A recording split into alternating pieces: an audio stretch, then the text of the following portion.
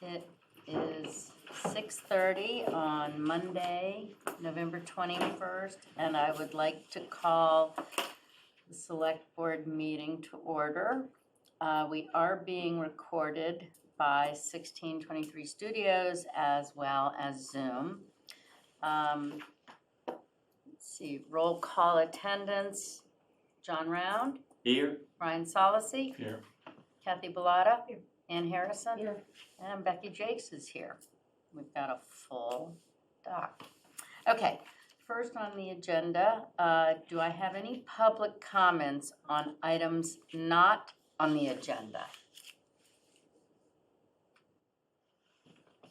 Okay, not seeing any, we'll go on to the first item, which is National Grid hearing. Okay.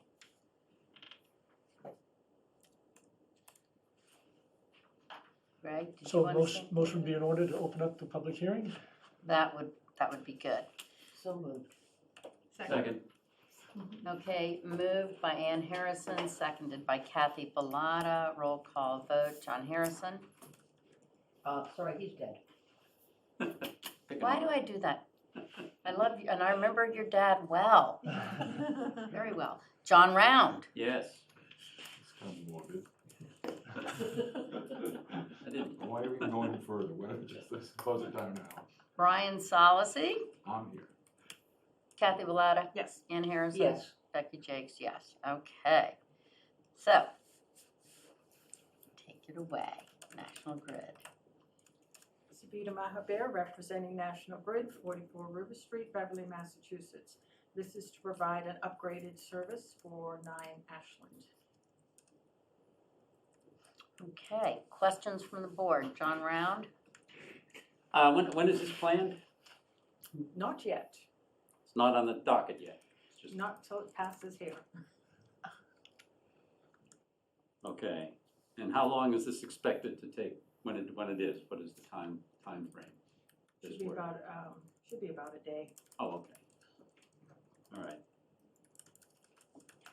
No other questions? Brian. No, a day on Ashland Ave, I don't see a problem. Kathy. Agreed, I have no questions. Ann. Will the street be passable while the work is underway? It's a narrow street, so hopefully they will only be using half of it, and they should have police detail there. Okay, that street at this time of year is used for moving boats, which are big. Yes, we will work with Crawford's Boatyard on that. Crockers and Manchester Marine. Yes. Thank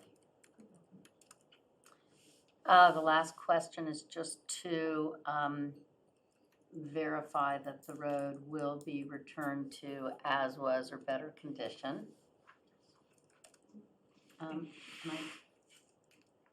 If that's not over the winter, especially this time of year, it may not settle right onto the springtime. Just give us a call. We'll deal with it at that time. Okay. Any other questions? Okay, may I have a motion to approve, please? So moved. Second. Okay. Moved by Ann Harrison, seconded Brian Solacey. Roll call vote. John Round. Yes. Brian Solacey. Yes. Kathy Bellata. Yes. Ann Harrison. Yes. And Becky Jakes says yes. It's unanimous. Thank you. Move to close the public hearing. Second. Okay, moved by Ann Harrison, second Kathy Bellata. Roll call vote. John Round. Yes. Solacey. Yes. Kathy Bellata. Yes. Ann Harrison. Yes. And Becky Jakes says yes. All right.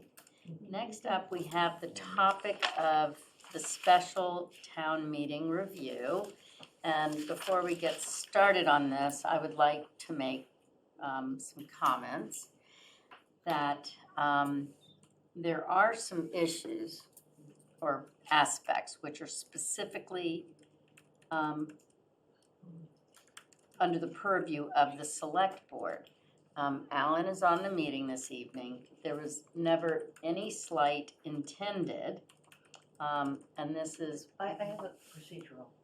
Yes. We listed that at 6:45. oh, thank you. My apologies. No, all right, so you're right, we will wait, and can we go to, consent agenda? I would like to pull out B, the fish traps. Anybody have anything else to pull out under consent agenda? Not pull out, but just a slight clarification on the meeting minutes. Yep. So it was on page, Thank you, Ann. sorry, page 6, I think, of the meeting minutes. Just a little rephrasing where it's under the liaison updates. It made it sound like Cell Signaling Technologies had a separate meeting with the planning board, and that's not what happened. It's Cell Signaling Tech gave an update on their project at the meeting, so just a little wordsmithing there, and then I'll finish the rest. Thank you. Anything else? May I then have a motion to approve the minutes of November 7th and to accept the very generous donation to the Winthrop Field from Gar Morse, including a letter of thanks to be written. So moved. Second. Moved by Ann Harrison, seconded Kathy Bellata. Roll call vote. Ann Harrison, Yes. Kathy Bellata, Yes. Brian Solacey, Yes. John Round, Yes. and Becky Jakes says yes as well. And again, thank you, Gar. Since we still have time, liaison updates, Shall we take up the question of the fish traps? we can do that. I just had a question about that and regarding the fish traps, is if for some reason something happens and the equipment needs to be removed, I didn't see anywhere in the applications or the information that has any removal oversight. So that is something that Brian would have as harbor master. Okay, So if there was an issue, and he already says this is good. right. Okay. But if something were to arise, he could address it. Okay, because the only other thing is it has also Division of Marine Fisheries Approval Number 272R on a couple of the pages. But then there's an older document, which is the map that we received. And this is the same one we receive every time this comes up for renewal. But I didn't know if this is, and it says 272, but there's no R, and I don't know if that has any significance. And this is we've been doing this for years, so.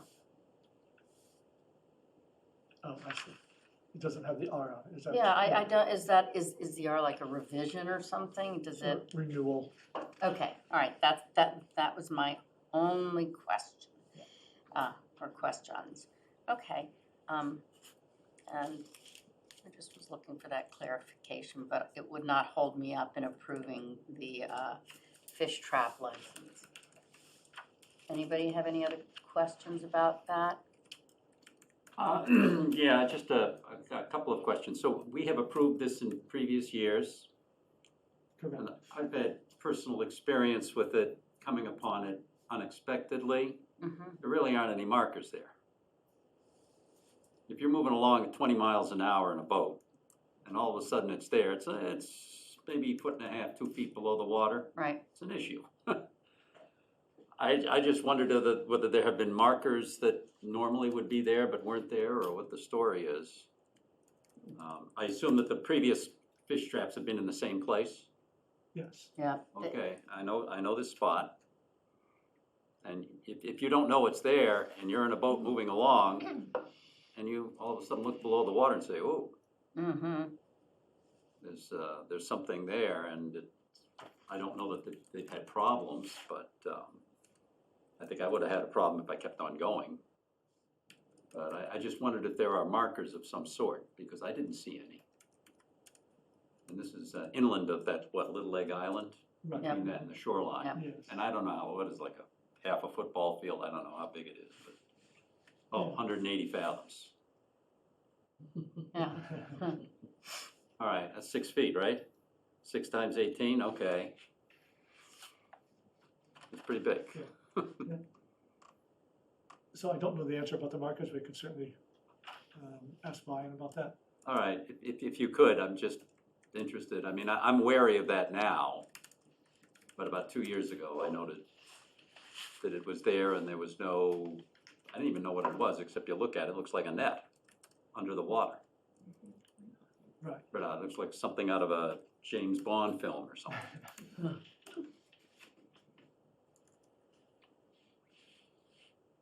So do you want Alright, to approve it? Yeah. with Just those that make those invoices, or do you wanna hold off and get more information? This has been around for a long I would time, just say, I mean, very long time, and I, pending, that they have the appropriate marine mark, I mean, anything in the water Contingent on- usually has the markings that stick out, right? Maybe you're going to. Like lobster traps, I've seen the lobster trap, Yeah. well, you know. I would say whatever is required. Yes, I'm okay with whatever is required is there. Maybe it was somehow removed or not there when I was there. There was no, I mean, I looked around and I didn't see anything on the water that would indicate, there's something around here. Sure. So the state marking. Right, and Greg, and you'll let us know. Yeah, About no that. problem. Okay, may I have a motion to approve the fish trap license for James and Andrew Paolo, I'm sorry, gentlemen, pending the verification of the required marking according to the state. So moved. Second, Moved by John Round, seconded by Ann Harrison. Roll call vote. John Round, Yes. Ryan Solacey, Yes. Kathy Bellata, Yes. Ann Harrison, yes. and Becky Jakes says yes. Okay, that brings us, we have 3 minutes for liaisons.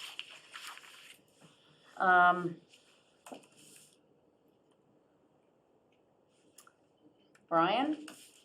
Not much. The rec department is moving along. They're researching sound attenuating issues for the pickleball. I think they have to get a budget together and get a sense of what's going on. So they can go through the CPA funding. And that's basically everything else is status quo. Anything on the Pine Street? No. Okay.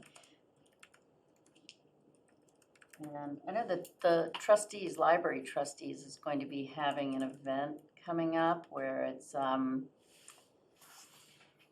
Bookshop of Beverly Farms will be involved with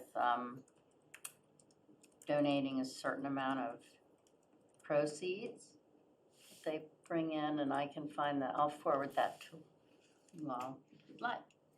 The only reason I have it was because they wanted it sent along to book groups, which I'm going to do. Okay, we have a few seconds yet.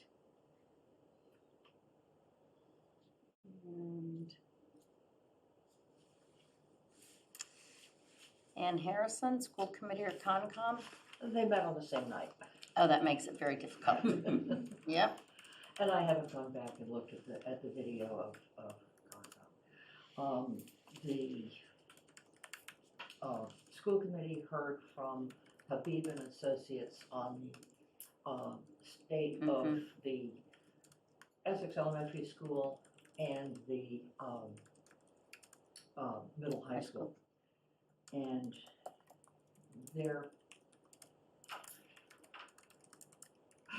the Essex Elementary School has a boiler that's very old, and a roof that's much patched. And it's an old school, and they strongly recommend that that the school department not put lots of good money after bad. Yep. And there are 2 alternatives. One is basically a gut reconstruction and the other, is knock it down and build something new. Mm-hmm. Because the school was built as a K through 8, it is bigger than the MSBA will support for replacement. So if they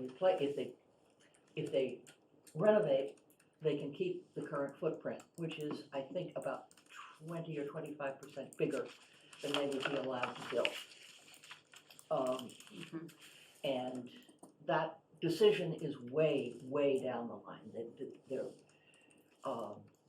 And it would be heavily colored by MSBA's preferences. So Yeah. most of the discussion was, does it make sense to have a new school or a bigger school? Yeah. As far as the middle high school, there are some mechanicals that are going to need work. They think the roof will need work. One recommendation, which I found strange and check with Chuck about, is that they put in a water filtration system. Because the water, I believe that the school gets the water more or less directly from Lincoln Street, so it's not mixed in much with the water that's treated. And it's the opinion of the Habib and Associates that it is rotting out their plumbing fixtures. Oh, that's good. And I did check with Chuck, and he said you can replace an awful lot of fixtures and pipe for $250,000, which is what they were suggesting for the filtration. And I think we should follow that, because if there is a need for a filtration system, and we're thinking about making changes at the Lincoln Street well, having to do with PFAS in the future, maybe we don't put $250,000 into a filtration at the school. They commended the school department on the maintenance of the middle high school. There are some rugs that are getting a little tired, but 10 years of students running over rugs is to be 10 years expected. of students running over rugs. And so in general, the maintenance was very good. And that essentially is the report. And Thank you. that's taken us. And now we will return to the special town meeting review. So first and foremost, I would like to again reiterate my apology to Alan Wilson, the town moderator. There was no slight ever intended. We had a request of a board member to review the aspects that are under the purview of the select board alone, so that we could do this while things were still fresh in our minds,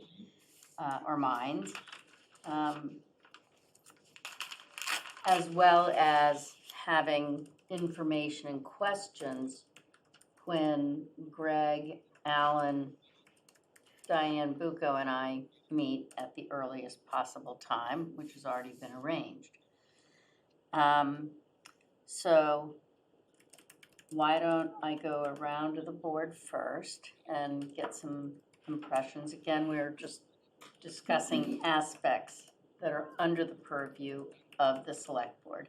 Once you're in town meeting, that's the moderator's purview. Excuse me, Becky, since I am the board member who made the request, can I clarify something? Absolutely. So I would have made this request even if everything went perfectly. It's a common practice for a complex, large event that involves a lot of logistics to have what's called an after-action review. Yeah. So as the board, and so I would like to suggest we build this into our plans for the Springtown meeting, because it's just a good practice. Yes. So when each board member is giving their feedback on those items that are under our purview, the intent is to give feedback on what went well as what didn't go well. It's not a collection of everything that went wrong. It is both the good, and if there are suggestions for even further improvement, Yeah. as well as things that didn't go well that we need to take action on. Yep. So that was the intent. Well, thank you for the clarification on the intent, and it absolutely does make sense while things are still fresh in our minds. And to review is a very logical and I think prudent step to take. So I'll go around to the board first, and then we will allow members of the public to comment. Comments will be limited to 1 minute. And I would ask that comments be of a constructive nature, and with offering potential solutions. We don't need to, I don't think, rehash what we know didn't work right, or what we also know can be better done from the select board's perspective or application. So Could you clarify what is in our purview and what is not? we, the warrant is under our purview. We can have input on discussing, and Alan, please feel free to jump in, location.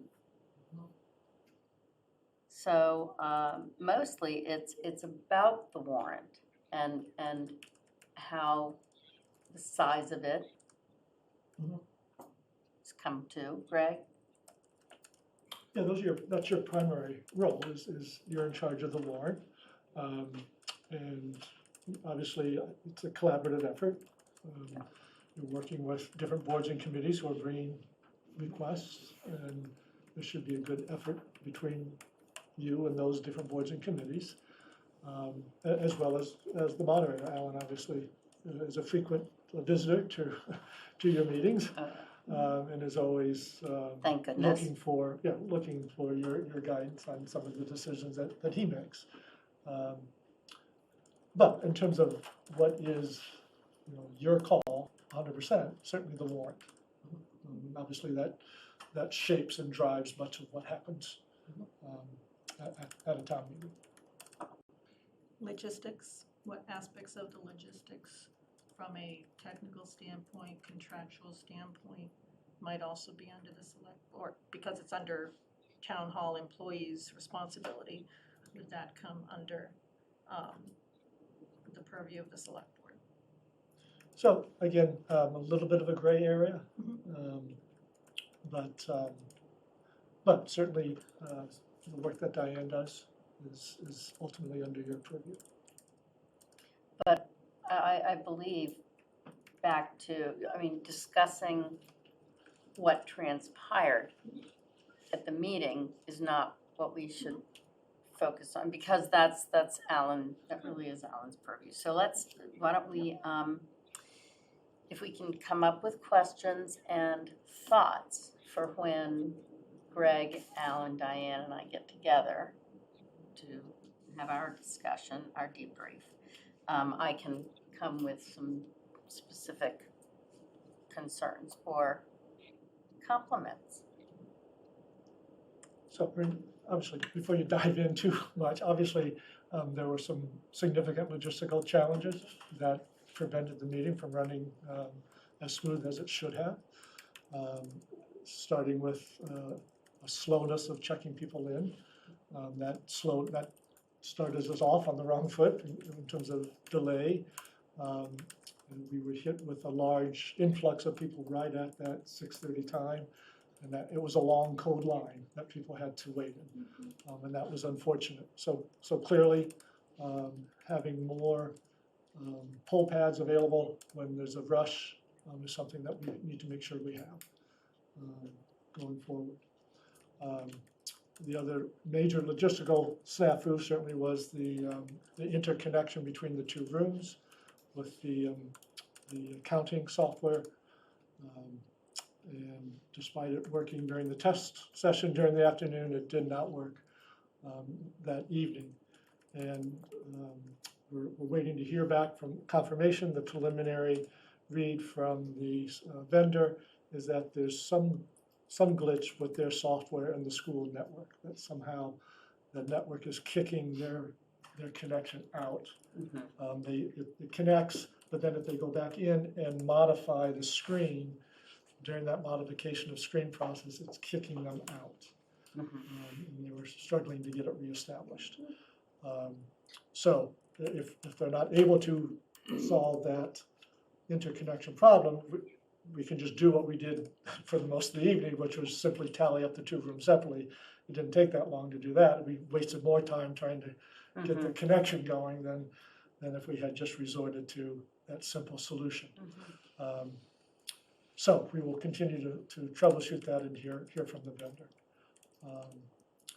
And then more globally, in terms of the amount of material that we had before us, clearly too much to undertake in a reasonable meeting timeframe. Even without those delays, I don't think we would have gotten through everything. And so certainly I think a lesson learned is to make sure that we don't have that kind of volume of dense material. I mean, obviously, we've had meetings with 20, 25 articles, but I'll call it the density, if you will, of the material for each of those articles for the zoning one certainly was, in hindsight, certainly too tall of a task to try to get through in an evening. Well, and this is, I think, with more participation and deeper interest and concern, these are issues which take longer to discuss now. And so that's a good lesson to learn. We've got, historically, that has not been the case. But that's changing, so we take that information and apply that to future warrants. That certainly can be a good thing. I mean, Yeah. I'm thrilled Yeah. to see a strong turnout. I think that's all for the good. If we just need to be better prepared and organized so that we can manage those kind of crowds.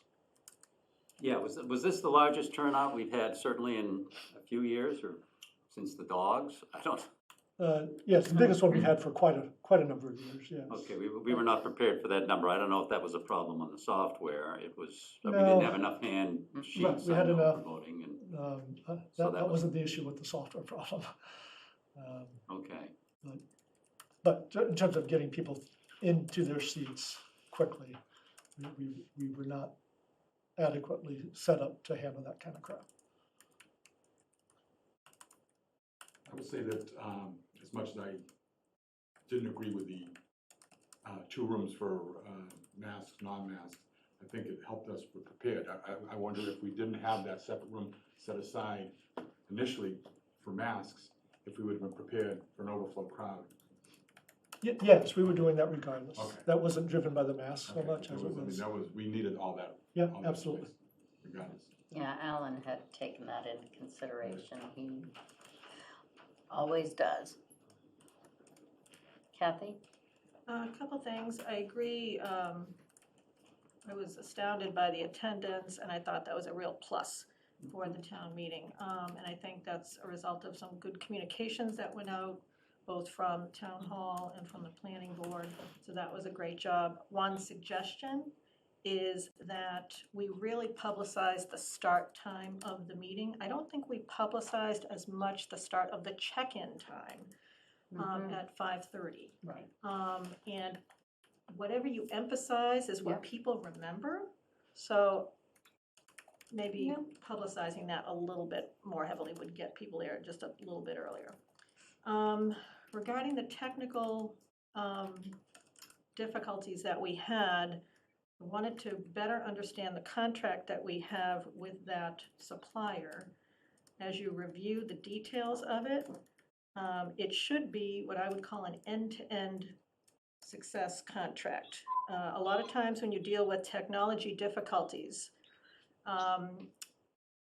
you'll have multiple suppliers involved, and one will say, oh, if my hardware worked fine, it's your software. Oh, my network worked fine, it's your hardware. You know, you get into this back and forth, and no one wants to take responsibility and accountability. And the way you avoid that is by making sure the contract, which I think we are responsible for, as opposed to the town moderator, correct me if I'm wrong, but I think we're responsible for the contract.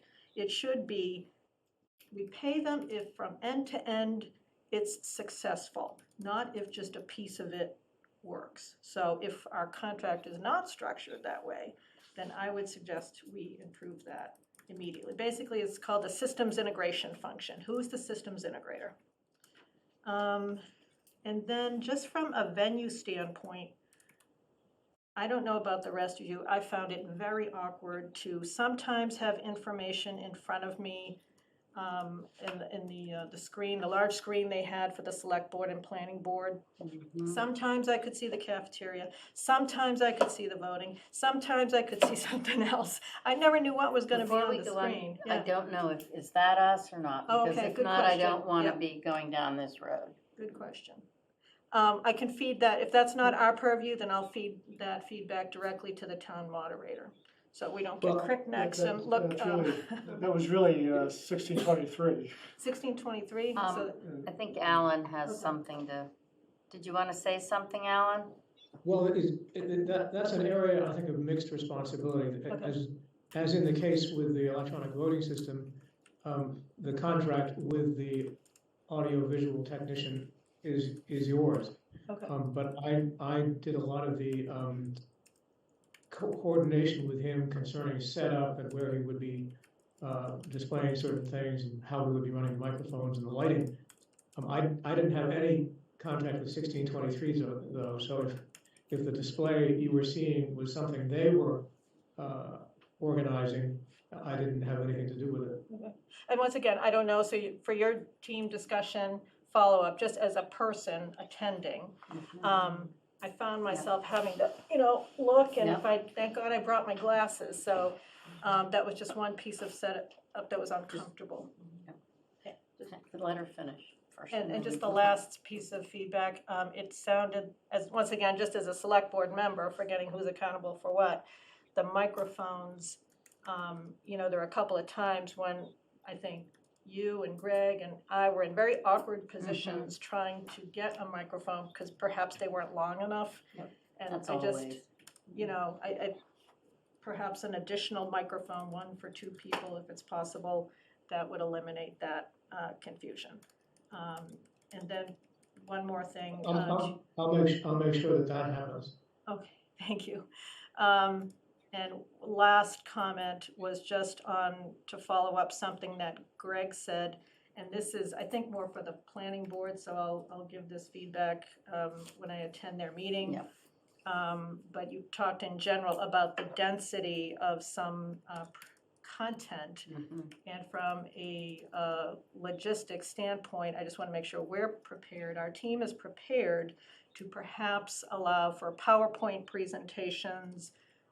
That's a common technique used at other town meetings that I've seen, to help an audience digest a very complex topic. So if logistically that's something the town moderator wanted to do, or the planning board, we, hopefully you could discuss whether or not we're prepared to actually have that happen. Because I think that requires possibly different technology logistics than what were set up last week. Well, That's it. there's a problem there, Kathy, with integrating those kinds of displays with the electronic voting system. As I understand it, because we did discuss it with them, not for this town meeting, but for the previous one, it actually requires switching back and forth between the electronic voting laptop and a different one. Right. And the time to do that is not insignificant. And So the it would be a delay factor. So thank you for that. And the reason I bring that up is because of my prior attendance for many years at a different town meeting where that was a normal course of business. So I'm wondering if our technology support contracts are helping us adequately, because I know it can be done. I sat through 20 years worth of it. And so I ask it with that perspective in mind. That's Well, it. if I got it right, it's another problem with Turning Technologies and their electronic voting system. I don't remember exactly what the delay was gonna be to make that switch, but it was significant. It was enough that I felt it would unduly delay the meeting and cause people to be restless. So when you have that conversation just on the technology, I'd be happy to attend if you would like, if that would be helpful. Yeah, Thank you. Thank you, Alan. okay. Anne? I Well, was, let me just respond to another point that Kathy made, if I could. I think she's entirely correct. It would be very good to make a much bigger publicity deal out of the check-in time as opposed to the start of the meeting time. I think that the real problem to me there was that the check-in process wasn't up to the task of dealing with that crowd. But certainly, my encouraging people to show up starting at 5:30, not at 6 or 6:30 would help. Thank you, Alan. Anne?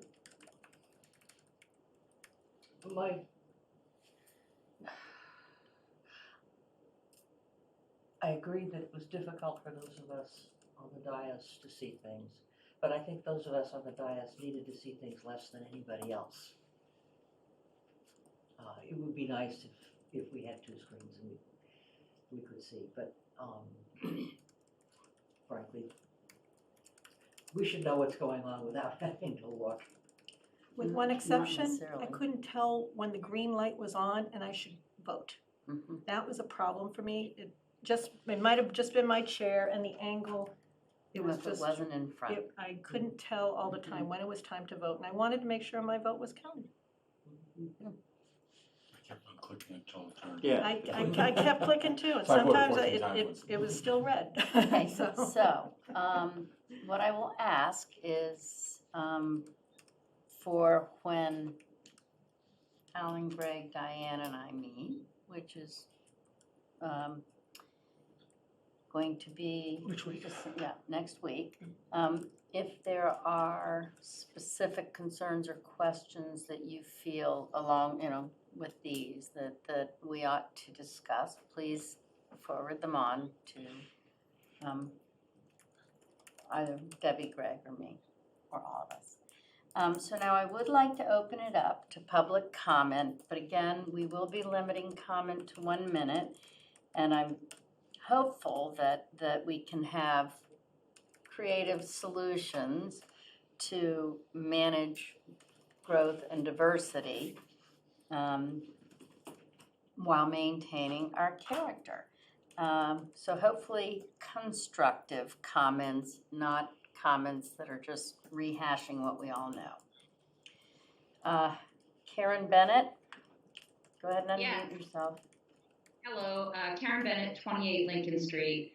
I give a lot of credit to Alan. I don't know that I could go through. I do a lot of public speaking, and I can't imagine having that much chaos going on, so a lot to him. But like Kathy said, I also work in technology, and I think there was a bandwidth issue within the building. We didn't expect to have 500 and something odd people, voting at that time. But in addition to all of that, so anyway, I think you should go out to bid if the contract is up for bid. It seems like the system needs some updating. Again, come from a back-end software company, and I agree those kind of things need to happen. But another piece to all of this is that there was a lot of communication, as well as from the group that I belong to, out to the public to give them information that they needed to vote on.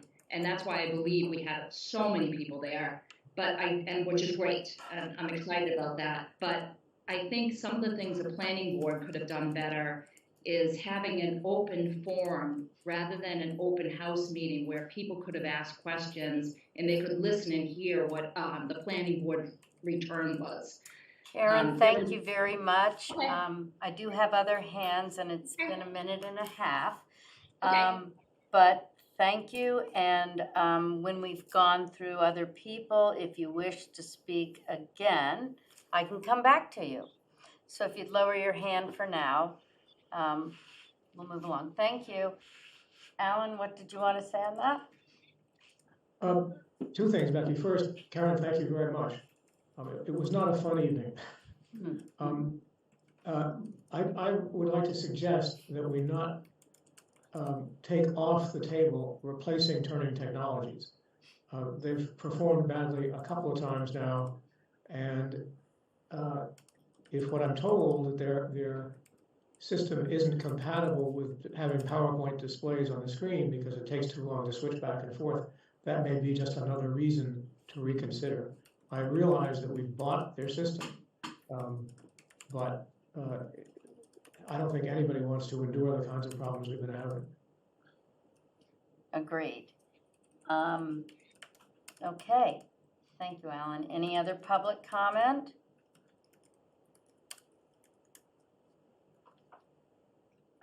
Yes. And, before we go further, I need to ask Karen to please state her full name and her address, which we didn't get.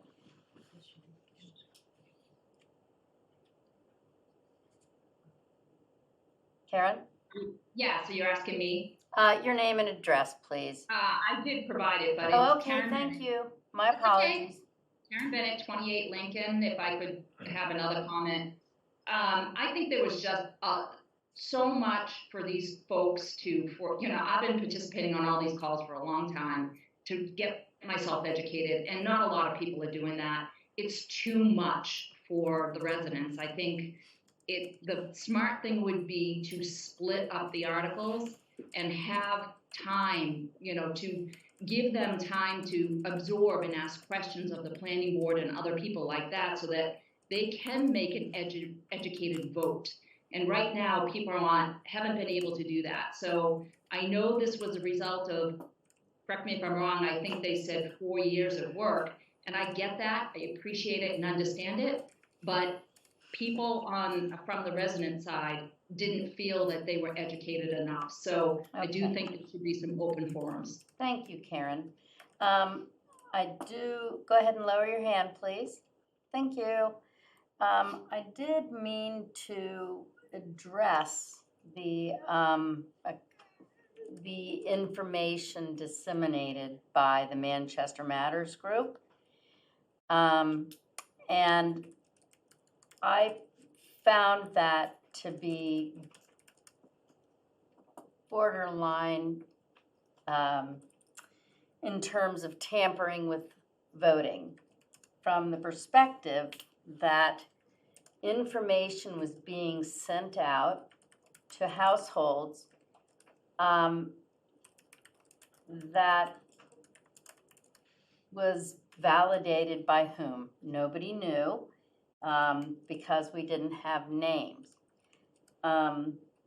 And so I will say that the information that was put out there, I think was very I know it was misleading, and I know that much of it was inaccurate.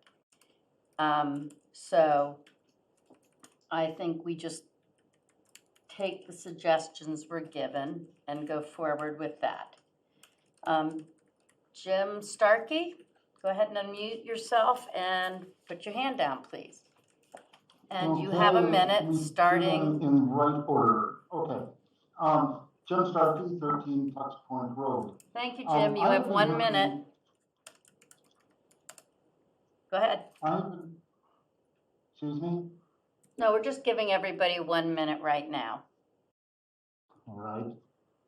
I have been working with Alan for 3-4 years on this system. And I would like to tell everybody that they need to understand that this was a system designed for a different purpose that has been repurposed, and it can be made to work. But we need to bring the ability to run it in-house. We can't let it outside. We have to learn. What we don't know is, first, how the system was supposed to work with 2 rooms. They've never told us that. The second is we have to know how it was supposed to work. What tools are involved. Now, to answer Alan's question on PowerPoint, in fact, the whole voting system is run from inside of PowerPoint. It's a PowerPoint plugin. It can be made to work. We just need to figure out how to do that. There's a lot of technical talent in town. I understand the system. Other people can understand the system. We can make it work. But we need information from Turning Technologies. Thank you. Right. Thank you very much, Jim. And also, I'd like to say thank you very much for working with Alan and donating your time. Erica Brown, and you'll be our last comment. We'll move on with our agenda. Erica Brown, I live at 57 Brook Street, but I'm speaking actually as the publisher of the Manchester Cricket. And I just want to actually focus on the Manchester Matters mailer, the initial one that actually used the town seal, because there were several. I'm very focused on that because I've been in touch with, I'm on the Massachusetts Newspaper Association, and it's very disturbing that the misleading nature of that. Not only did this group use a clone of and the authority of the seal and the authority of the design of a mailer that was aimed at voters to educate voters the week before that mailer went out.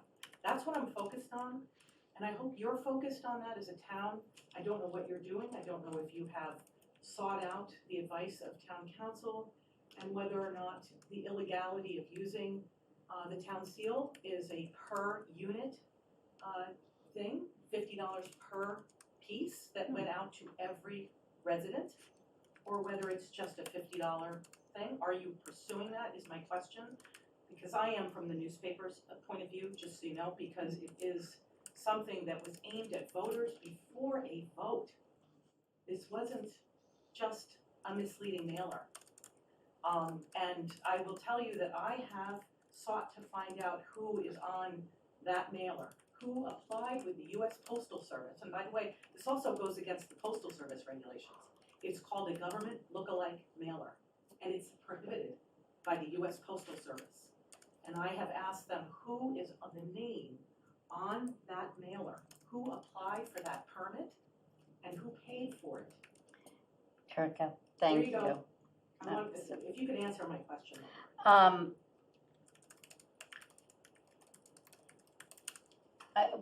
We are talking with town council, but for specifics, it's not anything we can talk about at this time because we are talking with town council.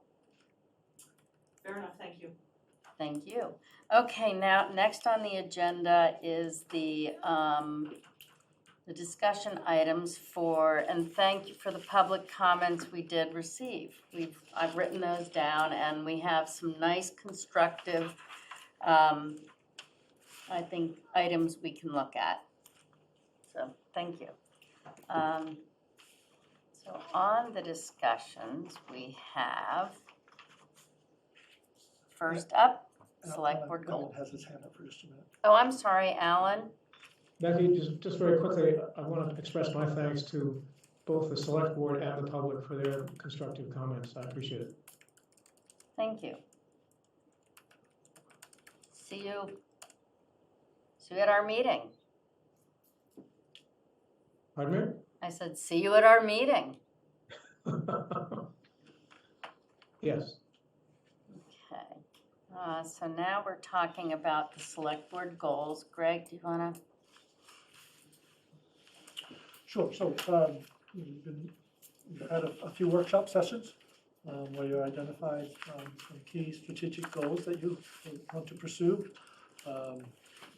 And we've been working with Susan Beckman on helping advance some of the organizational structure to help us advance these.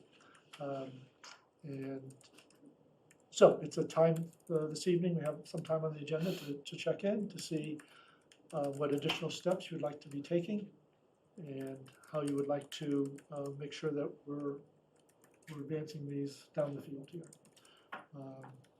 So you've structured them into five different categories. You have some governance goals. You have some planning, development, housing, economic vitality goals. You have a goal related to climate resiliency and being better prepared for climate change. Identified some goals regarding budgets and fiscal management. And then finally, goals surrounding infrastructure and making sure we're continuing to make progress on what is a backlog of infrastructure. It's not as bad as it was, but we still have a backlog. So those are the five categories. And I'm open to your suggestions, how you want to handle this part of the meeting and the discussion, but we can take those, each one of those topics one by one if you'd like. And we have, We divvied up some areas for each of you to be a lead on different topics. And so that's where we are. Anne? I can't speak for John. I'm not prepared to deal with a communication policy. Communication is just too broad. We agreed that we would work on correspondence Mhm. policy, but communication is really not a policy area. It's a broader board, and it has to be continuously fluid because the Mhm. style of communication changes practically weekly. Yeah.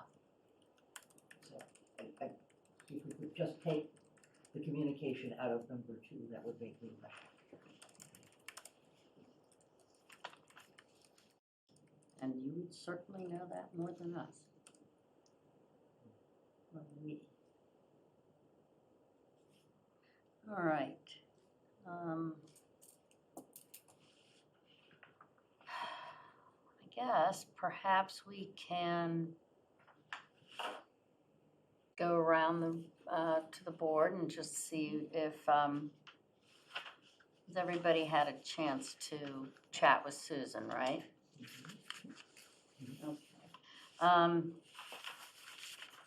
John, any thoughts beyond revamp communication / correspondence policy, now just correspondence policy, which is what we thought Oh, about? just in that area. No, Ann and I have promised each other to get together on that now for a few weeks. And we will do that perhaps once we get past the policy issues we're dealing with tonight. And we past the will. holidays.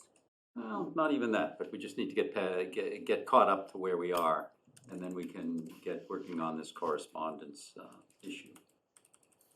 I guess before we go further, to go back to what Kathy is really good at is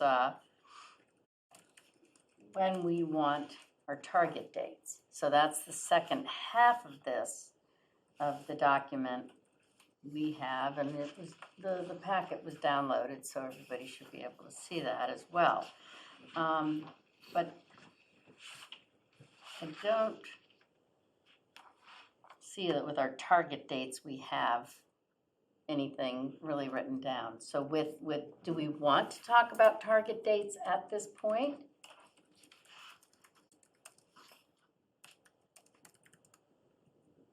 Our target dates, I mean, looking down through this, a lot of this is mostly, I think, kind of work in progress. There isn't an end, Right. there is not an end point here. No, You're just I'm trying saying to- target start date at this Oh, point. target start date. Yeah, Oh, that's a where, difference. when and how best for us to get started on some of this.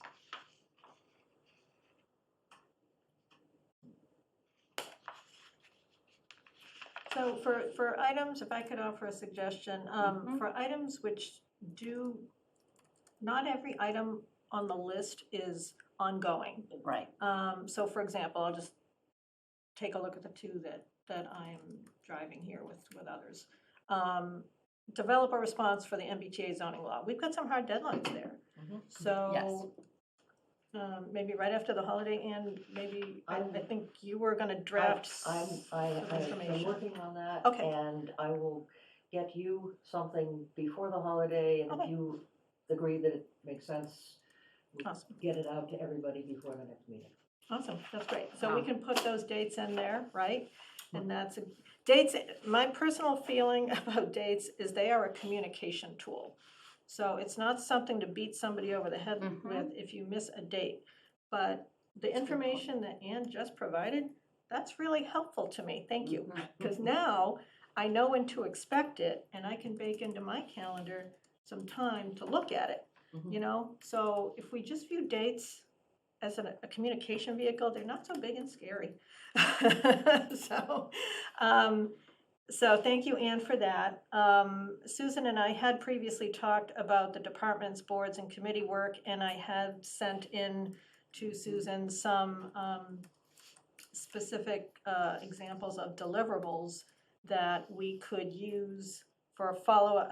Greg, I forget which ones I sent. The action item follow-up, I think, was one. I'll have to look at it. But there's at least 2 or 3 examples of documents that could be used. And so Susan, I know we're trying to get this done by the end of the year. That's our target. And maybe we can exchange some emails on some interim target dates for some other stuff, you know, some of the interim milestones that we may want to bring forth here. Because that is what we talked about, is having this capability of Right. monitoring Right. follow-up and having all that, right, like a spreadsheet or a. So that's, I've already provided those examples. I believe Greg and Susan have both of those. And, you know, if they look good, Greg, we could start using, you know, you could share them with Becky, and if she agrees, we can start using them at this meeting as a way, whatever we decide to do for some of the boards and committees. I just think it's a good idea if we lead by example. And I would say it's not for me to approve or Yeah. disapprove, it would be for the board Right. to To- approve or disapprove. I look to Greg and or Susan to say, you know, because what I submitted is not, you know, gospel, right? It's a suggestion and an idea, but the next step, I think, would be for you to make improvements on it, throw it out, suggest something different, whatever. But bring those examples to this board so we can start using them. Right. So my point is, I don't think we need to wait till the end of the year to start using some of the tools. Yes. If there's something that looks good or could look good with a little tweaking, Sure. Mhm. you know? So there are some items that are a little more, as you said, with the MBTA zoning, but also you said the climate resiliency, Greg? Isn't there? So, yeah, we'll have a presentation at your December 19th meeting. Wow. For the new effort that's getting underway. So there'll be an introduction to the consulting team and the timeline for between January and June. Mhm. So yes, we'll have that presentation on the 19th of December, and then a compilation of materials ongoing, certainly by the end of January. So before I keep going around, does the board feel we're at a point to go around and talk about each of these items? Or do we need to have another meeting specific to this purpose, the board project plans, tasks, et cetera? Brian? I'm just curious, will this be something that we can touch on a weekly or once Yeah, a month yeah, or once, yep.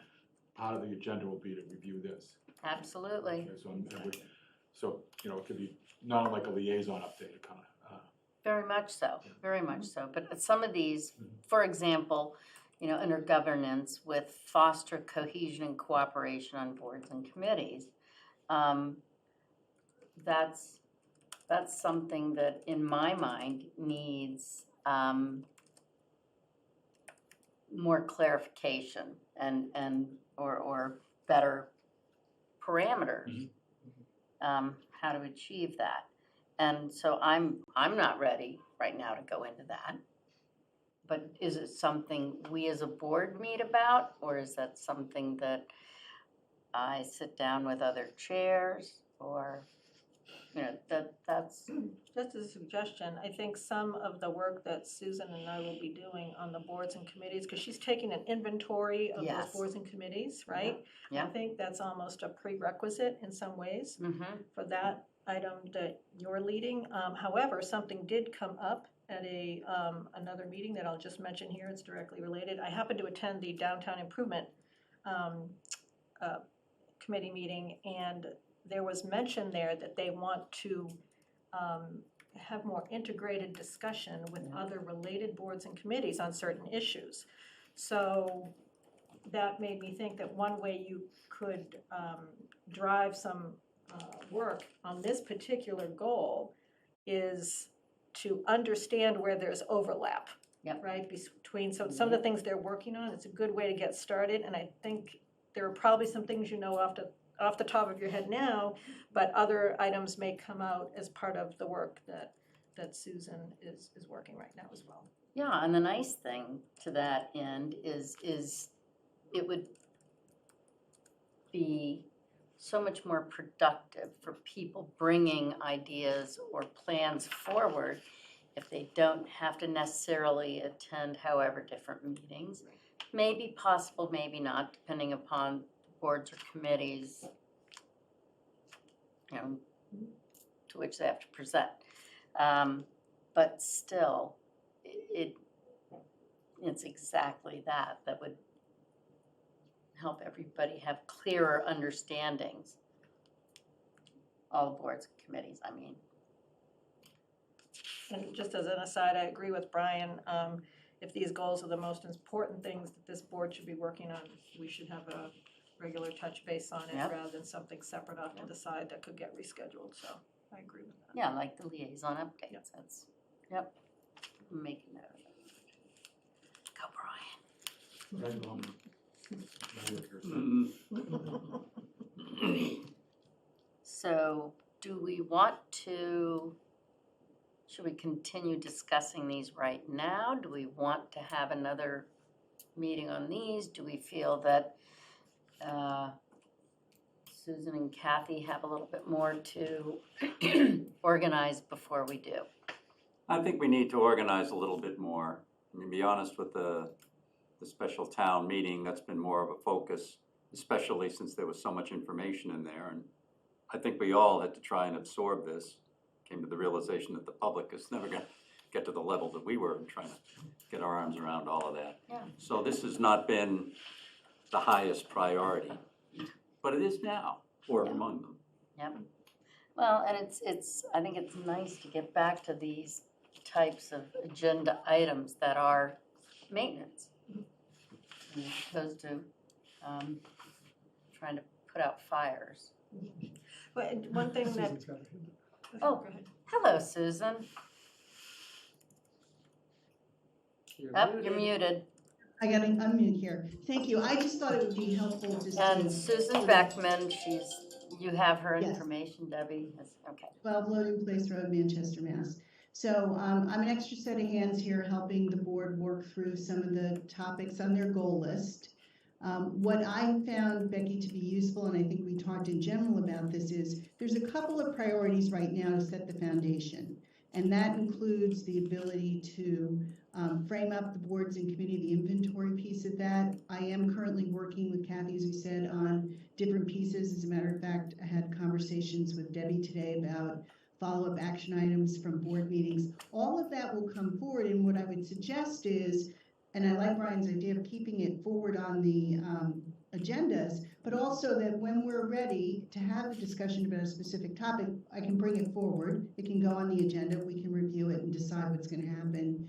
But right now, what I was hoping to hear, and I think I did, is that there's 3 or 4 priorities which we're currently working on. That's what we'll focus on right now. And as we go forward, we'll progress towards the next steps.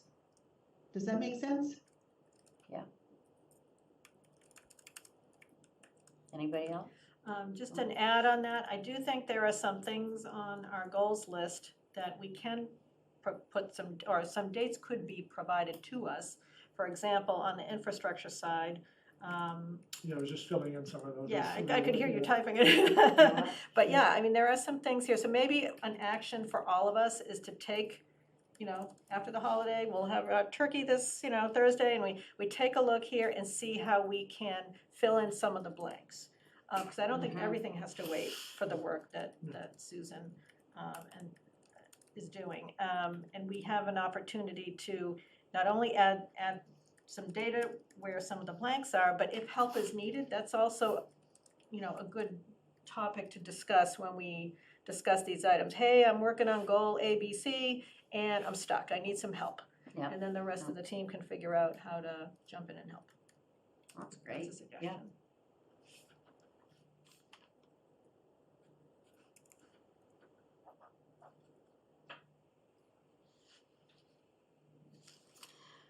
All right.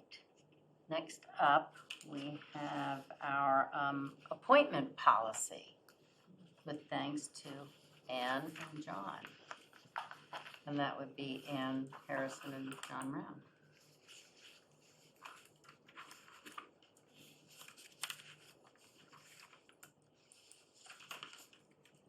Okay, if we may. Take it away, Ann.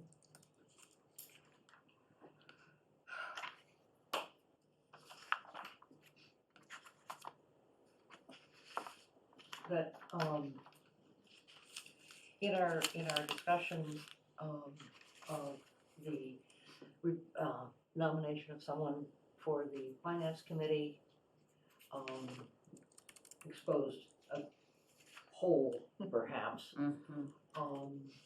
It has been the practice that when a position becomes vacant,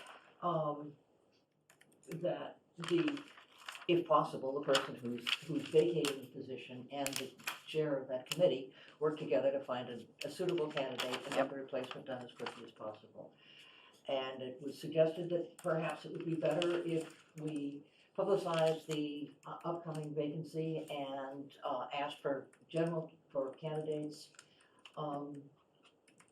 And I'm sure that would have the effect of keeping people from looking for someone they consider particularly qualified, because you don't want to lean on somebody to join a board and then have the select board say, no, we don't think so. Yes. I think that's a good point.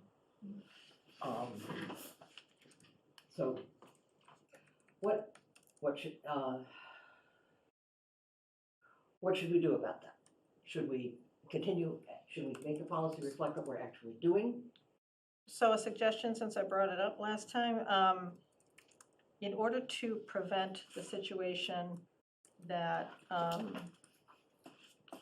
you're concerned about, because it's a very legitimate concern, this happens in private business as well, it's the same issue. It's been successful if when a vacancy occurs, it's public. And then, after it's made public, the chair or somebody else taps people on the shoulder and says, hey, you know what? We have an opening. Would you like to serve? I think you'd be really good at it. And, you know, so it's sometimes it's just the sequence of events. Because what I heard you say, and I may have heard it wrong, was that, you know, people get tapped on the shoulder and then there's a concern that it was all for naught. But I guess I just feel like if you open the position immediately upon a vacancy, and then it's perfectly acceptable and appropriate to encourage people to be considered. And I just think that's a better way of ensuring that we can get diverse viewpoints and more engagement from more people. So anyway, that's how I've seen it work. I think that works in spots where there's an opening. Right. I think the challenge comes when somebody's term is up, and what are you gonna do? And that, I did not comment on that. My Okay. comment was if a position is open. Then that led into a separate discussion last time on what do you do if someone's term is up. But my comment 30 seconds ago was only directed at if there's a vacancy, what's the harm in making it public and encouraging more participation from the town?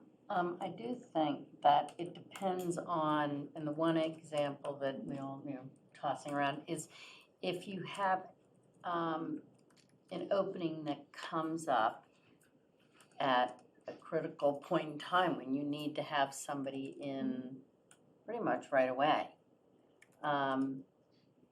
And for example, with with the FinCom. Yep. I mean, that's a situation where we have, but that's for a finite, this is just finishing out the term. Right. And I think it's a really good idea to post openings. I think there has to be sometimes, and there is that message in there that you put in, right, at the end about, unless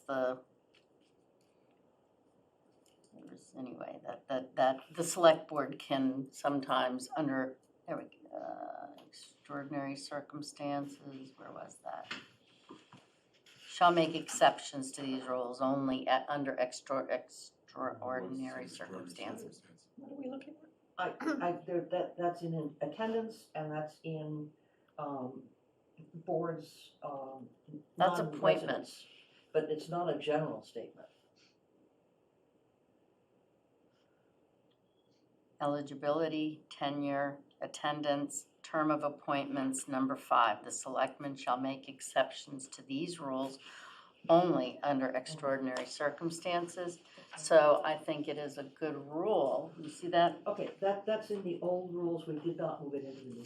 And I'm thinking, Yeah, I'm you think saying we that I should do think we that. should, because while I think it's really important to have the notification of openings posted so that the general public can So, be aware. so, when you say publicize, an opening, cricket? Yeah. Okay, Cricket so is our, that- it's the official, you know, Okay, so that adds a week. At least. at least. And then added to that is how the frequency with which the select board meets and the ability to So, talk with. yeah. So we're talking, you know, I'm leaning towards what Ann has to say, and I'm more concerned about continuity. And I think that, if, a opening is there and this, and the outgoing person, the outgoing member has selected someone and in consultation with the chair, then I think we haven't lost a month, okay? And I would make this compromise and say that at the end of that particular term, say, because this is someone filling a term, okay? I'm sorry, I thought we were talking about two different things. So are you talking about just a That's all I'm clarification talking question? about is Just just Oh, okay. this finish. I I'm wanna not, go I'm back not, to- yeah, okay. no, I'm not saying, yeah, this is an extraordinary Yeah, circumstance. just You've filling a got term. fiscal, the fiscal Yes. budget the next year coming up. 2 weeks can be a lot of, 3 Oh, weeks yes. can be a huge amount of time, as you well know, having been on FinCom. So, and that to me is an extraordinary circumstance. So I think for the most part, yeah, you put it out there, you let everybody know that there will be a vacancy of, a position available. And then exactly what you said, Kathy, I thought, what, Ann? I'm sorry, I'm having trouble following this. So we're going to publicize and not publicize, and we're going to accept a candidate from the chair, and we're not going to accept it, and we're going to have open, I really don't know what you just said. What I said was I'm in agreement with Kathy's comment and Brian's about consistency in terms of, that's a different thing though. We're talking about a typical opening. I'm talking about an opening where there's a time critical component. Say you have a mid, I think right now we're specifically talking about a vacancy that occurs during a term. right. Okay. And- Everybody agree that that's what we're talking about? Yes. So Okay. my point with that is that sometimes you have the luxury of time to post it. If you do, you do that. This very unusual circumstance where FinCom really needed somebody ready to go, this is an extraordinary circumstance. Most times not. You can wait to appoint somebody on some committees because they're not as critical. So I would say yes, I agree with the posting it. So the question comes up, I mean, say somebody moves away. Right. and they're on a committee, and they're realizing they're moving away, and they're gonna do the chairman a favor, and they know somebody that's interested Yeah. in taking their place. Maybe they got 1 year left or whatever, they've got a short period of time. What do you tell that person? If that person says, I'm leaving town, I've gotta leave, for whatever reason, I've gotta leave the committee, and I don't want you to look for anybody. That's, You know, because, you know, maybe they do know somebody that would like to come on. Are you saying that, well, we're gonna make this a public posting at that point in time? I think that's the point that's being said, is that even if you know of somebody, I mean, it's nice to give a broad group the ability to put their hat in the ring. Mm-hmm, If I it- understand that, but, it's, like I said, this is a common thing that happens in large companies. There's a perception that only certain people get opportunities, and the way you avoid that is by being transparent about openings. And it doesn't Right. prevent anybody from recommending or tapping somebody on the shoulder, but if you post it, it's done out in the open instead of behind the scenes. Yep. And then, you know, maybe somebody new to the town who doesn't know anybody on a committee yet, who still is very talented and could provide some important skills, could also have their day here and make a case for Right. their inclusion on the committee. okay. Because we I 5,000 think- people, we don't know everybody. There's a lot of talent in this town that we don't know what's out there. And you're not gonna know unless you Yeah. invite. So as opposed to keeping in the same vein of a way of thinking, not saying it's right or wrong, but to have, oh, this person thinks the way I do in terms of looking at an item, and I think they'd be great at it, not just because they think the way I do, but because we understand. Mhm. I I think chairs just have to be aware that it's a good policy, but chairs have to be aware that that's the way that, It used policy to, should be. we used to put things in the cricket when, Not for an intermediate vacancy.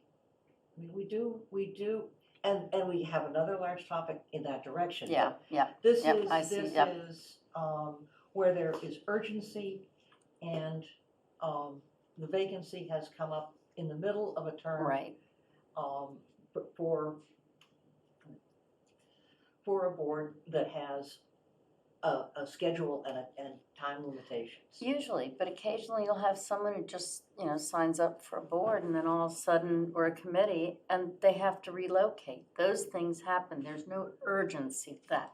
If you have a 3-year position and say 6 months, and this happened not long ago, 6 months into a position of a 3-year appointment, and they had to move. So that's not urgent, and Well, from purely personal standpoint, I will be stepping down from the ZBA. Haven't decided, I'm in the middle of one hearing I wanna stay on until it's concluded. I've already found who I believe is an excellent candidate. I've already spoken to Sarah Mellish about this, okay? And that's as far as I can go. He is anxious to get on, okay? I think he's well qualified, knowing what I know about the zoning board of appeals, okay?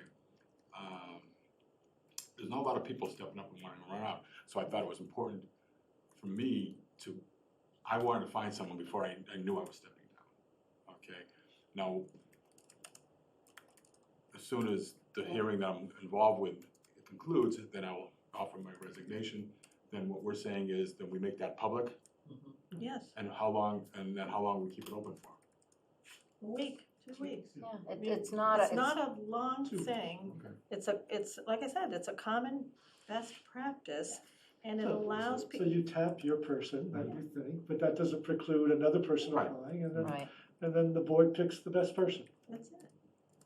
And if Do I nothing recuse myself else, on that one? if nothing else, if I may, if nothing else, and Sarah selects the person that you have tapped on the shoulder, another face who she may not be familiar with will come before Mhm. her, and the next time there's a No, vacancy, I, you know, it's just about not having to know somebody to get on a committee, and that's the way it is. It feels right now. And you know? I agree with that. I think that, and once again, yes, even those, this is temporary.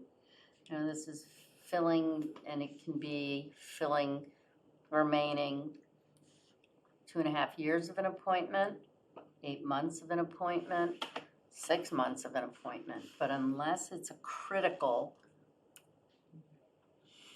I think I understand, I will come out with verbiage, Okay. at our next meeting. That's the first one. The second is. Yeah, let me just add one thing to that, and, I mean, I've been on committees where it's been tough to get people. Yep. And when somebody leaves, if you can get them to be a recruiter, you're a little bit ahead of the game, rather than you say, okay, let's just post it and find out that nobody Do applies. both. You do both. That's- yeah. It's- Well, that's only if the person who's leaving, you know, if you tell them that, you know, we're gonna post this anyways, you can say, well, I'm not gonna bother to call anybody I know that I thought might be a good fit. I'm just gonna go because there may be somebody that'll show up. It's just that there's an effort that person might put out to try and recruit somebody. They may not necessarily be inclined to do that because they say, well, the public posting will take care of that. Maybe it would, but we've had a tough time filling slots here. Some of them. Yeah, more we difficult have. than others. So I still endorse going this route, but that's just an observation. Okay, I think I understand for the first point. Now, currently, what we do when, at the end of people's terms, Mm-hmm. is call somebody from Greg's office, calls and says, do you want to be reappointed? And then they're reappointed. I had suggested that we might, instead of just calling that person, also get in contact with the chair to make sure that the person is not only willing to be reappointed, but is actually contributing. Mm-hmm. Yeah, Yes. we've done that. Okay. And I can make those explicit, but do we also as of July, publicize all of the positions for whose term is ending? Yeah, well, I think we made that decision, right? that would be in terms of consistency, Yeah. keeping consistent. Yeah, we do. Okay, so everybody has to reapply Every 3 years. every 3 years. Or one, depending on what it is, but yeah. It's what you do, it's I mean, we run every 3 years, we rerun, why not? I mean, Has anyone ever been turned down? I'm sure, obviously, actually, last month, there were a couple. Yeah. Yeah. Okay. So In that was hindsight, interesting. yes. That was posted publicly too, wasn't it? We got more candidates than. and that I was think a lot of- posted. I think that there was a lot of the candidates who were recruited though. Some of them were, but it was still public and out in the open. To answer Ann's question, do we not publicly let people know that appointments are ending? Is that, Well, they're online, but have we, They usually know, individuals typically know. the individuals know, but I was just curious have what the not- current process was. The current process is that anyone who is recommended by the chair and says that they're willing to serve another term, gets another term. Typically. And only those positions for which there is no current, the current office holder Mhm. declines, then we publicize. right, And that's pretty much typically what we've seen the last couple of months, right?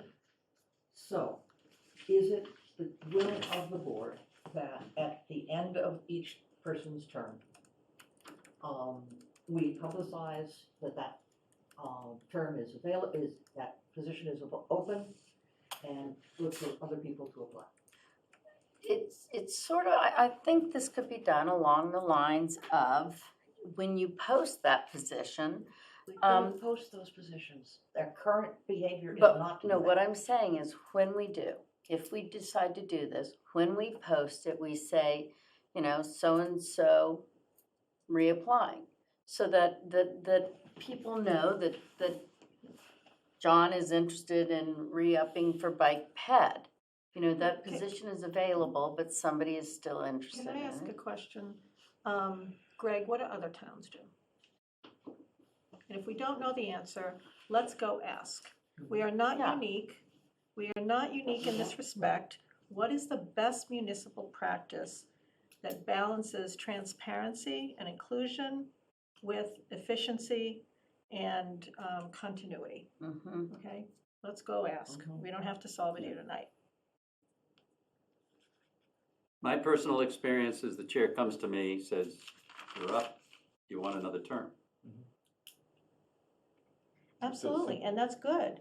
And there may be some other good ideas that we are not familiar with, Right, and it Yeah. doesn't hurt to ask. right. That's all I'm Okay. saying. When you say it doesn't hurt to ask, who are you asking to go ask? I directed my question, comment to Greg. Greg, if he could go find out from other town managers or other town administrators, how they handle, appointments to volunteer committees. Reappointments. Excuse me. Yeah. Appointments and reappointments. It wouldn't hurt to ask for both, I think, as long as we're asking. I'm sorry, Yes. Debbie, yes. I didn't mean to. Rockport does it the same exact way as you did. Yeah. Cause I was the one who did the whole reappointment process over there, so I would contact them. Yep. They would say, yes, I wanna be reappointed, I would put a list together, they would get reappointed. So Rockport does the same exact way as you guys do. Let me be Yeah. more specific in my question to Greg. Could you possibly ask someone outside of Cape Ann? There may be some Well, other I good think it- ideas. Yeah, I'm sure you talk to people around Cape Ann, and there may be some other good ideas outside of Cape Ann. But and I think this is important, of comparable Of comparable size, demographics, yeah. Yep. Or size. Yep. comparable size, coastal community, lots of options. Okay, Right. should we have a mechanism for removing appointed, committee members? We do not. Yeah. You probably should. Just that we have a recall for elected officials, it would seem that we should have a way to recall or whatever the proper term is for appointed officials, appointed members. Okay, how would we like to do that? Right now, you have an attendance. provision. Attendance, yes, Right, but that's. And again, I You could certainly use that same language that was in the recall. I was just thinking that, it's a good place to start Right. anyway. Yep. Right. Yep, that's, So if it's difficult, as long as it keeps showing up, we can't get rid of them. yeah. So Right, the right if we apply the same language as the recall for, which is in fact there. yep, Okay, so that one is.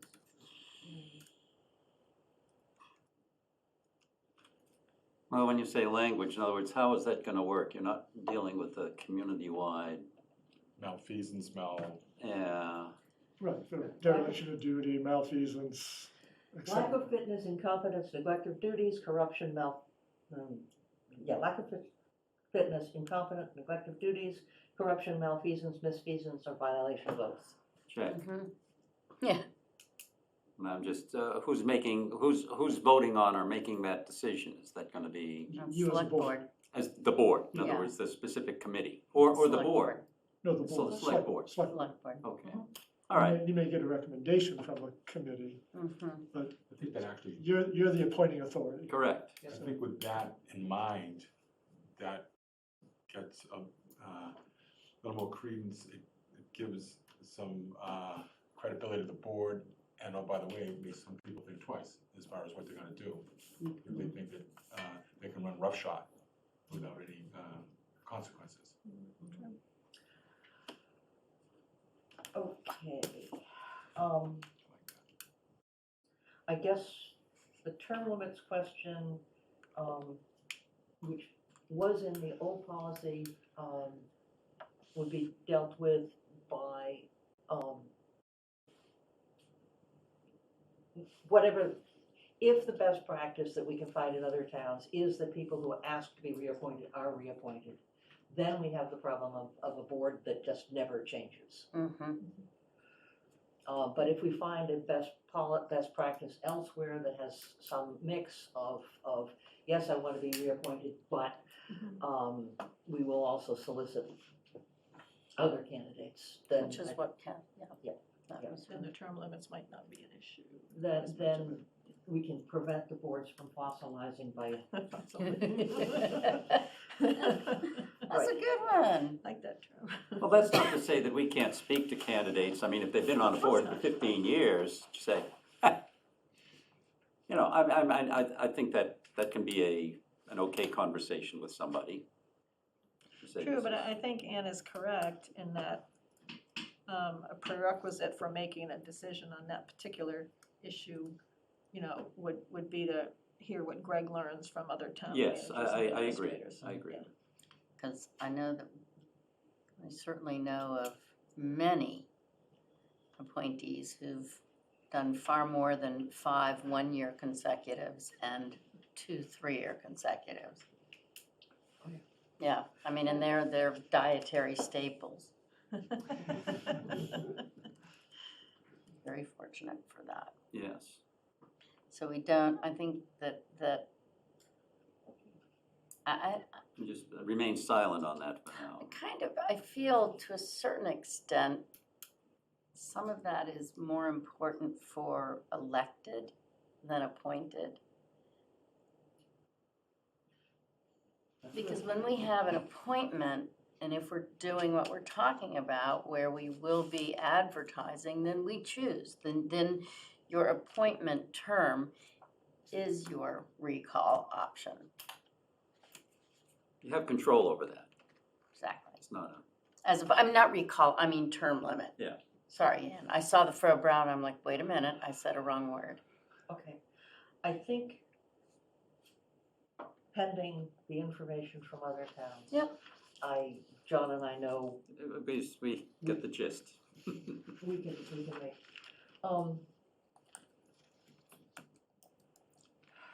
right, Should we go to and policies to delete? policies to delete, yes. There's somewhere, yes. I think we've now got Yep. a procedure for deleting policies. We have discussed deleting all of these policies and moving them, and I suggest that we just accept this is a second reading of deleting all of these. I agree. May I have a motion to approve as second reading the put forward policies to delete or move as listed? In other words, the sheet that's put together, this list, you move to adopt this. I'm not moving, I'm asking. You're asking for a motion. Yes. Yes. I said so moved, sorry. I And put this second. off. Okay, moved by Kathy Bellata, seconded by John Round, roll call vote. Ann Harrison, Yes, Kathy Bellata, Yes, Brian Solacey, John Round, Yes. and Becky Jakes says yes. Okay, deleted policies and moved policies taken care of. Thank you, Ann and John. All right, we're a little bit ahead of schedule for the quarterly reviews. We're 6 minutes early. Greg, did you want to, or let's see, we can do a little. Were there other liaisons? There are Yes, other there are. liaisons. I'm coming back to that right now. Okay. So we did Ann, we did Brian, John Round. Yeah. A couple of things. The water group met last week, I guess, and we chatted about monitoring wells. I don't know, if you know what monitoring wells are, exactly what you think they are. Where you can check and see what the water situation is in various spots. And we were looking at monitoring wells, both for Gravelly Pond and for the Lincoln Street wells. And we did get some quotes about putting some of them together. I'm not sure that will necessarily come back to us as a recommendation from the group, because the lead time you get on any of these monitoring wells is like 30 days. And whatever, if you've got a problem in 30 days, it's going to be in your water supply. What are you gonna do in 30 days? I don't know. So anyway, there was a discussion on that, and we will have a discussion next week on the rates, and possibly coming to this group with some suggestions on how rates might be changed to encourage conservation. So we can look forward to that, probably at the end of the year, the first of January. Can I just quickly ask, would that be, having looked at the deep dive that Eli did? Oh, yes, Okay. that's, Just his wanted- findings are kind of a baseline as to breaking out I'm not saying who is the identified people, but what groups, who's using a lot, who's not using so much, and how many households are involved in each of those particular groups. So that's a driver for the rationale behind that. Similar question, does it also include the information that I provided to the DPW on rate structures from drought-ridden California? I think it was Irvine. Irvine, yes, where they jack things up rather dramatically, and Where they segregate rates to drive behavior. yes, oh no, we're looking at irrigation. I'm not saying segregating it, because it is self-segregating, to be honest. Yeah, the rate structure was directed at behavioral change as Yes. opposed to, Well, it's the other most, goals. it's the most efficient way to deal with this. Very few households are responsible for a tremendous amount of the consumption here. And I'm not sure how sensitive they are on rates, but we may find out. So, anyway, that'll be a discussion. We'll have that in more detail within a couple of groups within the Water Resource Task Force next week, and then probably come to this group with a suggested arrangement and the rationale behind it. And that's it for the water. With regard to the DPW, I think we all got a notice about some folks on Forster Road who have a water problem. And Forster Road is unfortunately, for them, with regard to this, it's a private road. So the DPW is dealing with that, and we'll see how that all plays out, but it's a private road, and a lot of the water lines that have been put in there were not necessarily town water lines, so the town doesn't feel a strong obligation here, but we've got to figure out something, so Chuck is on it. And Craig, you're probably on it too.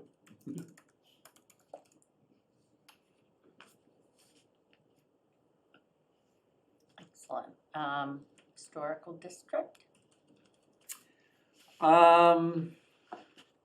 Nothing of note there. I mean, we had a meeting then, I guess at the end of October, and they were all pretty much standard items with regard to window replacements. There is going to be a public hearing on one window that is right on Bridge Street, maybe just 3 or 4 blocks up past where Pine Street, 100 yards past where Pine Street is, before Ashland.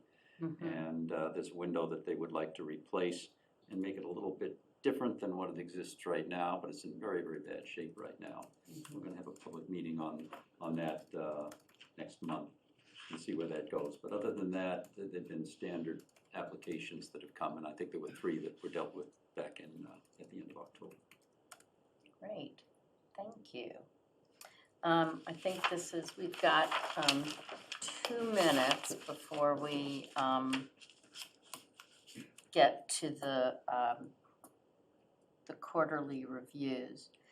But I did just want to state a bit of a reminder that anything that pertains to staffing are not questions or not for us. They head up those. So if you had any comments or questions of those natures, those are not ones that we should have. This is just specifically about Chief Fitzgerald and Greg. Excuse me, I do have a quick liaison update and question. Oh. We can do it after, I just didn't want to forget because I have a specific question. Yeah. You want me to do it now? It's just related to the last planning board meeting. They had a couple of public hearings, a few public hearings. One was on the marina expansions, Crocker's Boatyard and Manchester Marine, and they have continued that public hearing to 11/28. They've requested information from the Harbor Advisory Committee, so they can, that's one of the reasons why they continued those public hearings.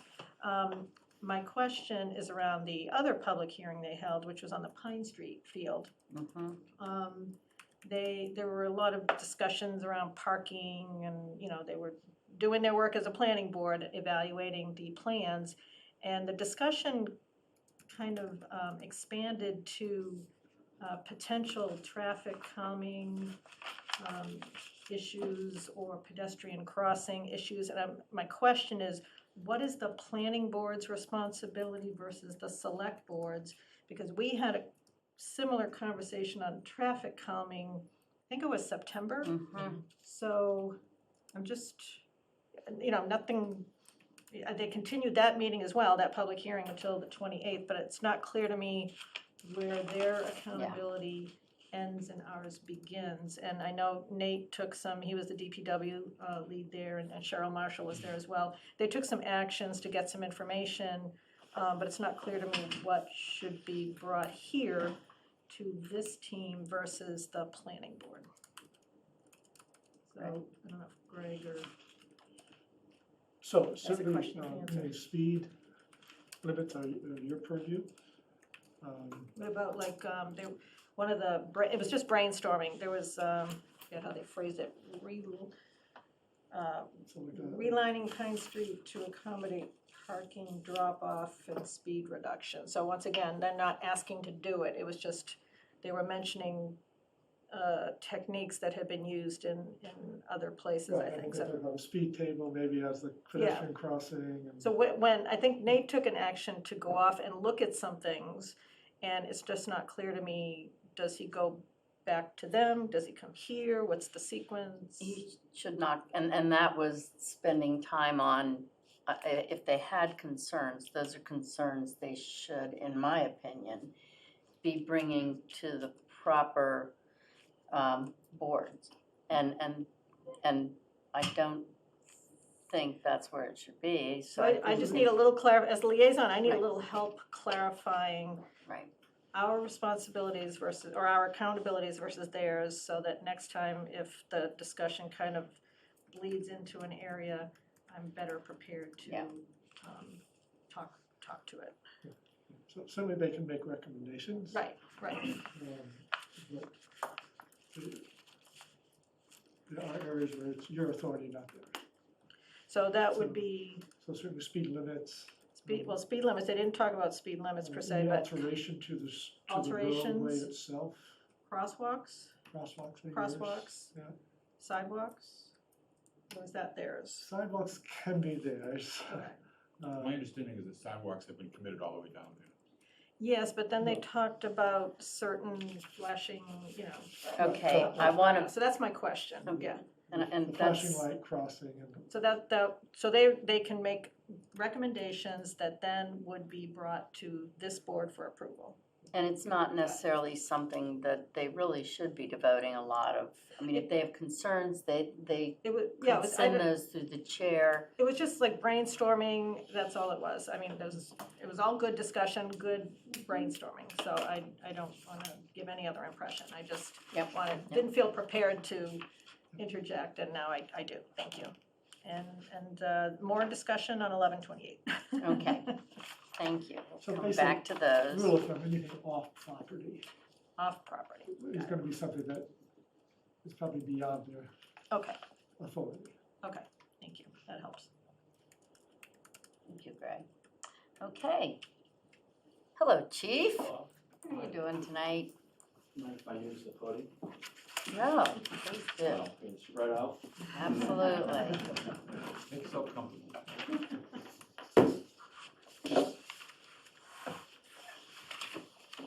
So, we're a little behind schedule in terms of the timing of this, in terms of the quarterly report. So, you and the chief, all of us, we had agreed to a list of goals. And the chief has prepared a pretty thorough report addressing those goals. I think overall, he's done a very good job working towards these goals.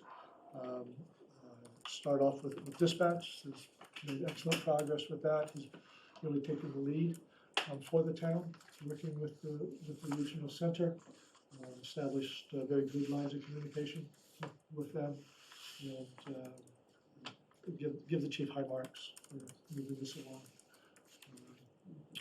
So I don't know if you want him to go through the list, or how do you want to handle this, but I think there's a good amount of material here, and the chief certainly can speak to the progress that he's made.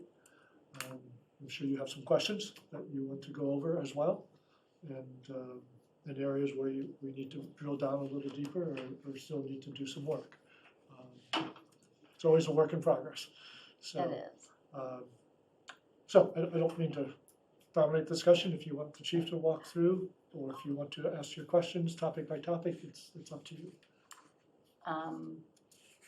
I personally would like to let the chief speak, unless, If we've all read what you prepared in writing, if you're going to read it to us again, I'm just gonna go over the highlights, I don't have to, I'm prepared to. I'd be delighted to hear the highlights, Yeah. but It'll only take me a couple minutes. thank you. Your stock has Yeah. just risen. no, but I, yeah, Run I a mean, timer. you've taken time Like to the gong prepare, show. so, no gong. No. So on dispatch, so we began the transition, as you know, working closely with Chris and Allison from Regional. We've had several meetings with town staff. We have another meeting coming up on December 2nd with the harbor master and animal control. It's sort of like a meet and greet type of thing, just so everyone gets on the same page, how they want to be called out and certain things like that. The focus of these meetings has been basically on infrastructure change, records management. One of the tasks that I had to do was create a spreadsheet of every intersection in this town with corresponding addresses, which took me a little bit of time, but we were able to get that done. Working with DPW to build out the safe lobbies, and we've discussed building security. Moving forward, we're going to continue on those monthly meetings. Sergeant Newton and Officer Machine have been identified as our records management system administrators. They've been attending the IT meeting groups at Regional. And I'm on the Chiefs Advisory Board. I haven't been able to attend one of those meetings due to conflicts, but the next one is on the 30th. I hope to get there in the afternoon. In regards to our comprehensive emergency management plan, that hasn't been updated in several years. I think Fire Chief Andy Pascalis was the last one to do that. I've been working monthly meetings with our MEMA, our Region 1 MEMA coordinator, Matt. At this point, when I wrote this memo, we were about 80% complete with that draft of that plan. However, I think we're almost about 100%. I just sent back some of the edits the other day, so after the holiday, we'll regroup and hopefully get a copy of that to you guys at some point for your review. I'm hoping to have the full draft of this in place and back to MEMA and signed by all the stakeholders here in town by the end of January, so that's a good thing. In late August, we reviewed the school resource officer program. Chief Francis and I, since it's his students are involved in the district, met with the district officials. We reviewed the program. Result of that meeting, we came up with some goals or some objectives for the SRO, basically to plan for her to be more visible and active in the school community. And one of the main focuses is her getting enough equal time at every building in the district, including Essex.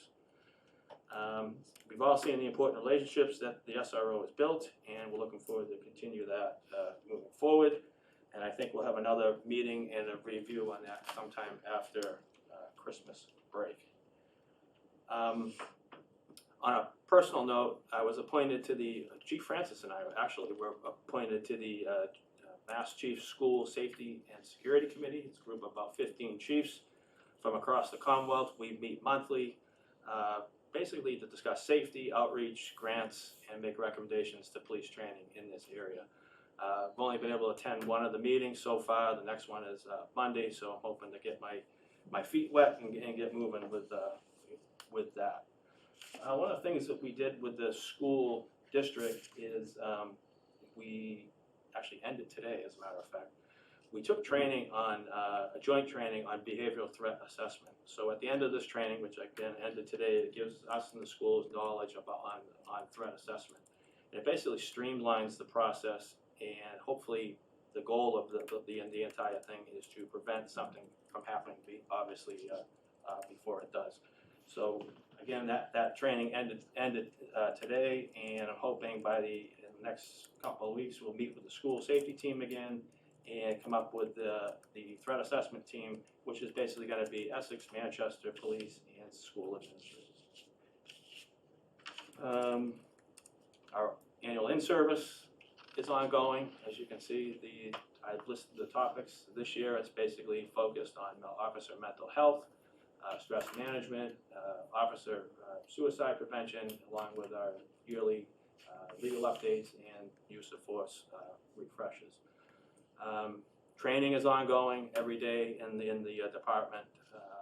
Some officers have taken some professional development training. As you see, I listed, they took breaking and entering and evidence recovery. Sergeant Newton has completed his first phase of his FBI Leader Executive Development, and I'm happy to report Lieutenant McCoy and Officer Machine have completed all 3 phases, and they have received the Trilogy Award from FBI Leader.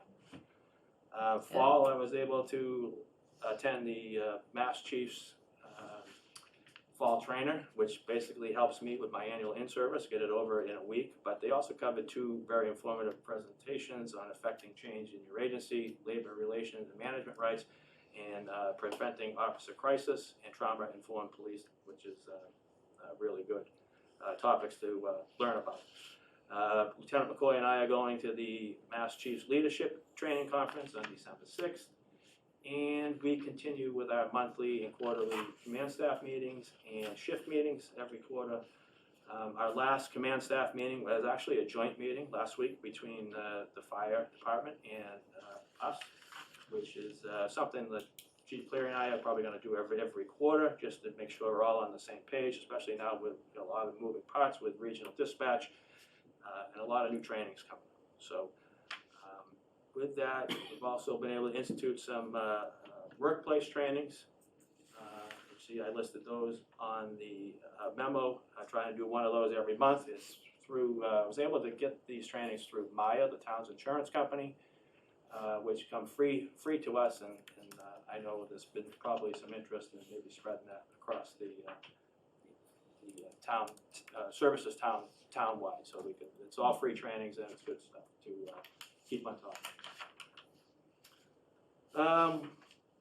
Community policing continues on, and I won't go down the list, but Officer Mullins was involved in the cardboard boat regatta with Brian, and he probably made it about 3 feet off the dock before he went to the bottom. But next year, they have plans on building something bigger and better, so we'll see how that works out. It can't be bigger and better. The bar is pretty low. The bar is pretty low. What's a duck kick? But one of the things Tiffany was able to help me with promote was we had out of my monthly office hours, we held them at Captain Dusty's. Thanks to Captain Dusty's for helping us out with that. However, we ended up with over 150 kids and parents show up, so it was kind of busy. I know Brian was there, so he can probably speak to that too. But yeah, that actually worked out really good. Last thing we're doing, I brought them up for, I can pass them around to people to take a look at, if you wanna pass them around. We're doing the trading card program, it's, some officer recognition. We're gonna partner with the fire department, their union is on board with it, part of our meeting the other day. So it's gonna help us build a positive relationship with families in the community, give us some media coverage and some social media coverage. Give her a chance to learn the names and faces of everyone that works here in the police and fire, and build a good reputation, and again, help us be more familiar with the people that we serve. We were able to make this possible with the Hooper Fund through the Parks and Rec, and also the Manchester Essex Rotary, which is a huge help to promote that for us. And one final personal note, I'm not sure if you're aware, but I was selected by MEMA to represent Massachusetts in one of their 2 seats in Florida in January for at the National Hurricane Center for training on hurricane preparedness for decision makers here in the Northeast. So that training again is at the end of January, and I'll be attending it with the Deputy Director of MEMA, Pat Carnevale. I think that's about it. Sorry I ran through it so quick. If I missed something, let me know. Oh yeah, one last thing we're working on is because of police reform, our accreditation, they've switched from the 5th edition standards to now updates with the 6th edition standards. So we're going to have a midpoint review in March. Officer Machine is working on that diligently, as he is the accreditation manager. Excellent, thank you. Kudos to the being one of the 2 people, chiefs selected from Massachusetts. That's big. Yeah. Well done. Be good. Yep. Why don't we go around and see if board members have any questions or comments? Anne?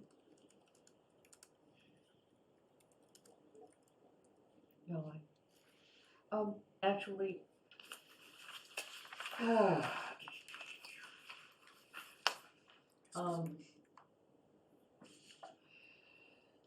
you mentioned a Maya supported course. Can you give us an example or 2 of things that you learned from that course or things that you think are important from that course? So the 3 courses, let me see where I put my notes. So it's navigating difficult people in the workplace, creating a respectful workplace, healthy sleep environments for officers, which I thought was a real good one because we work so many shifts. It just gives us certain ideas and routines to work from. And I'm not sure what the next one's going to be, but I think the most, the best one I thought was the sleeping routines. After working midnights for 7 years, you have to get on this routine, and it helps you with your meals, your exercise, and things like that, just to make sure your body stays in check. So I think that was probably the most informative one that I worked on. Overall, I think the progress has been excellent. Have a couple of specific questions. Let's get up here. So, actually, I went back to the original goals document from June. So, while I think you've done an excellent job of documenting a lot of things, this board did spend considerable time identifying specific metrics that we would be using to, as part of the performance review. So I would like you, for the next iteration, if you could go back to the June document and look in the italicized section there on the metrics, and just make sure that you're covering what needs to be covered there. Yeah, I kind of did that. I'll probably maybe list it out better. Well, I can talk to, there were just a couple of things where some numbers could be articulated, and they're probably 0, okay? But take credit, right? Take credit for that. The other thing I just wanted to mention on a personal note, I've had a number of positive interactions with the police over the past few months. One of the things we talked about in terms of community policing was not just the great programs that you've got, and I love the cards here, that's great. But with just the daily interactions with officers, can they be a little, can they smile a little bit? We talked a lot about that. I have seen a difference, I really have. I've had some great conversations with one of your members, team members, in a coffee shop. Just a couple of weeks ago, someone was working in detail and smiled, walked up to me, hey, can I give your dog a biscuit? That's a key to success right there, the doggy biscuits go a long way. But it just, Dogs, I know. absolutely, but it's just those little things that make you feel as a resident that we talked to you about, and I just wanted to mention that I've definitely seen at least 3 or 4 times when the interactions have just been very different, so thank you. Ryan? Nothing, I've got nothing but praise for what the chief is doing and what the rest of the department's following suit. You talked about Sean, that didn't come from you, that was something that the department did, they did on their own. So it starts at the top, and the community policing seems to be spreading, and so I think that speaks well to what you're trying to accomplish. I did have an opportunity to speak to Lieutenant McCoy last week. He tells me the morale there is so much better than it has been in a long time. And again, that speaks to that. And then finally, from purely personal standpoint as well, I think Andrea is doing a great job. I know an instance where she's been very responsive, gone to people's houses, trying to come up with a plan to help her. I would call it a crisis, just pain in the ass, 13-year-old kid. But still, I think that when the public knows that they can get response by calling the school, and someone's going to respond to them, that speaks volumes. And so the SRO program seems to be working. Excuse me, can I have a go back? I forgot one thing. You can have a go back, yes. I just wanted to Give them a mulligan. mention, a couple of times you mentioned doing things with the fire department. I think I definitely need to call that out as something extremely positive. And, I agree wholeheartedly with your comments on the dispatch, that's going very well, and we hear only good things from Chris and Allison, but I like the partnerships on these other things with the fire department, so I just wanted to mention that. That was, pretty much Lieutenant McCoy that kind of spearheaded. Very good. Yeah, and Todd, kudos on the report. I don't know if you put this together quarterly and that Greg gets it and we don't.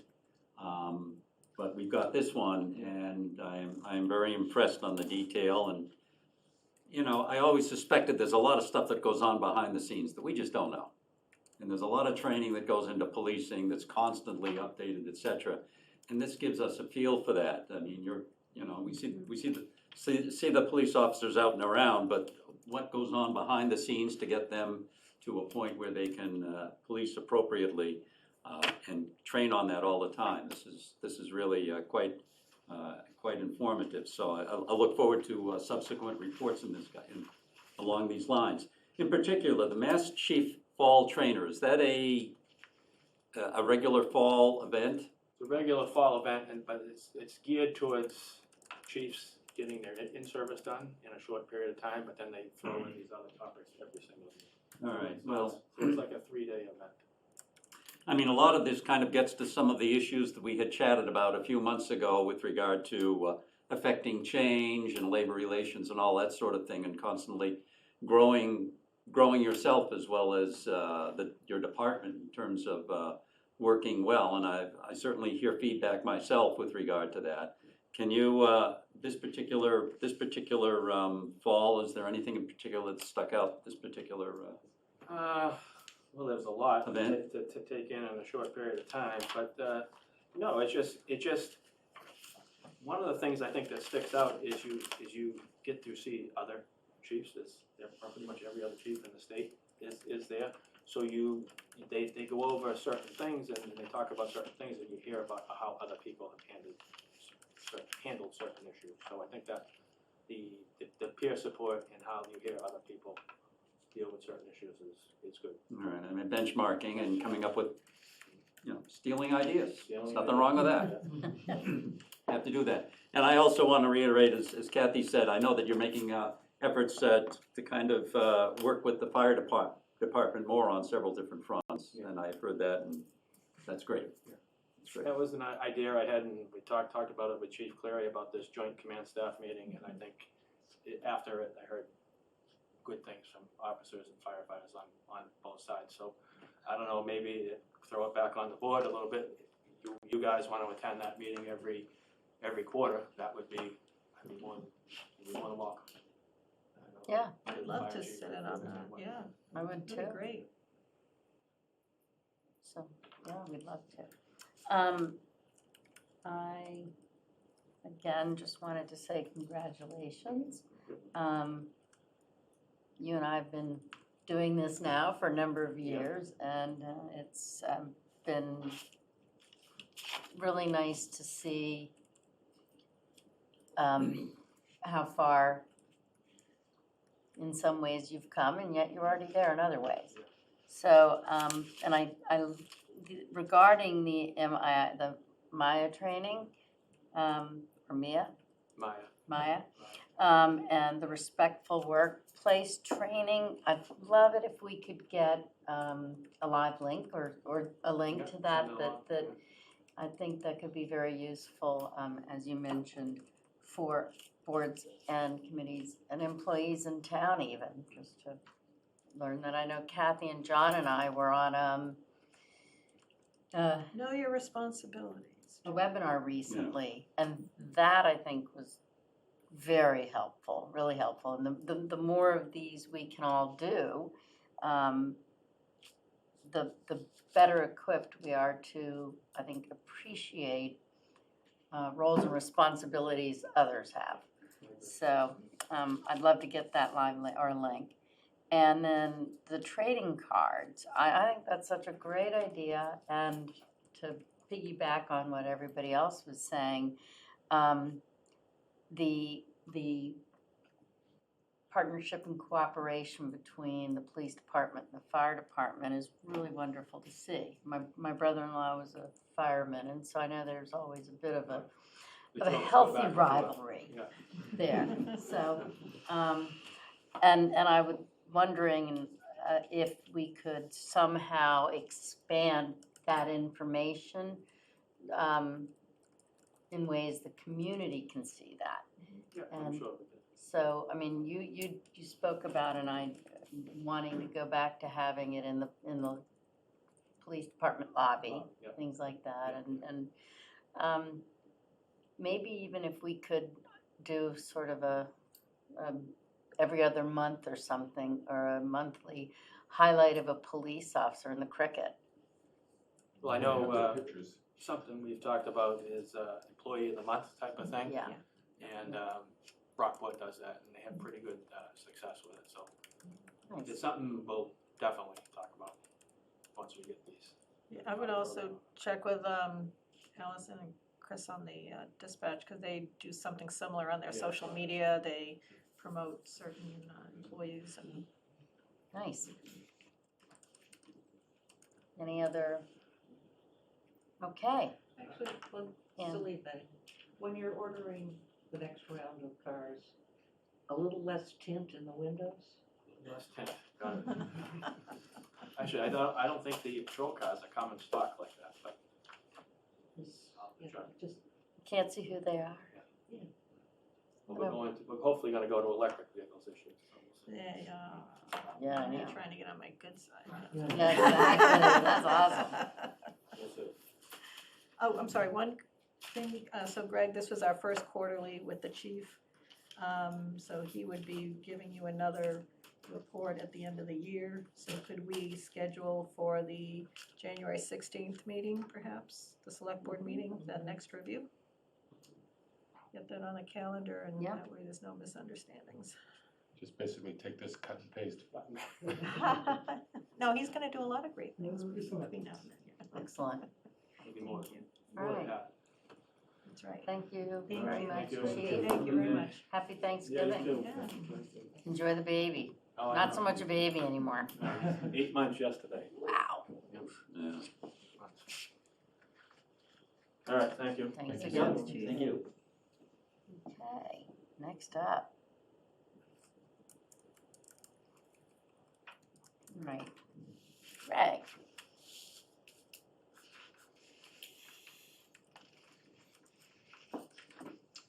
So how would you like to proceed?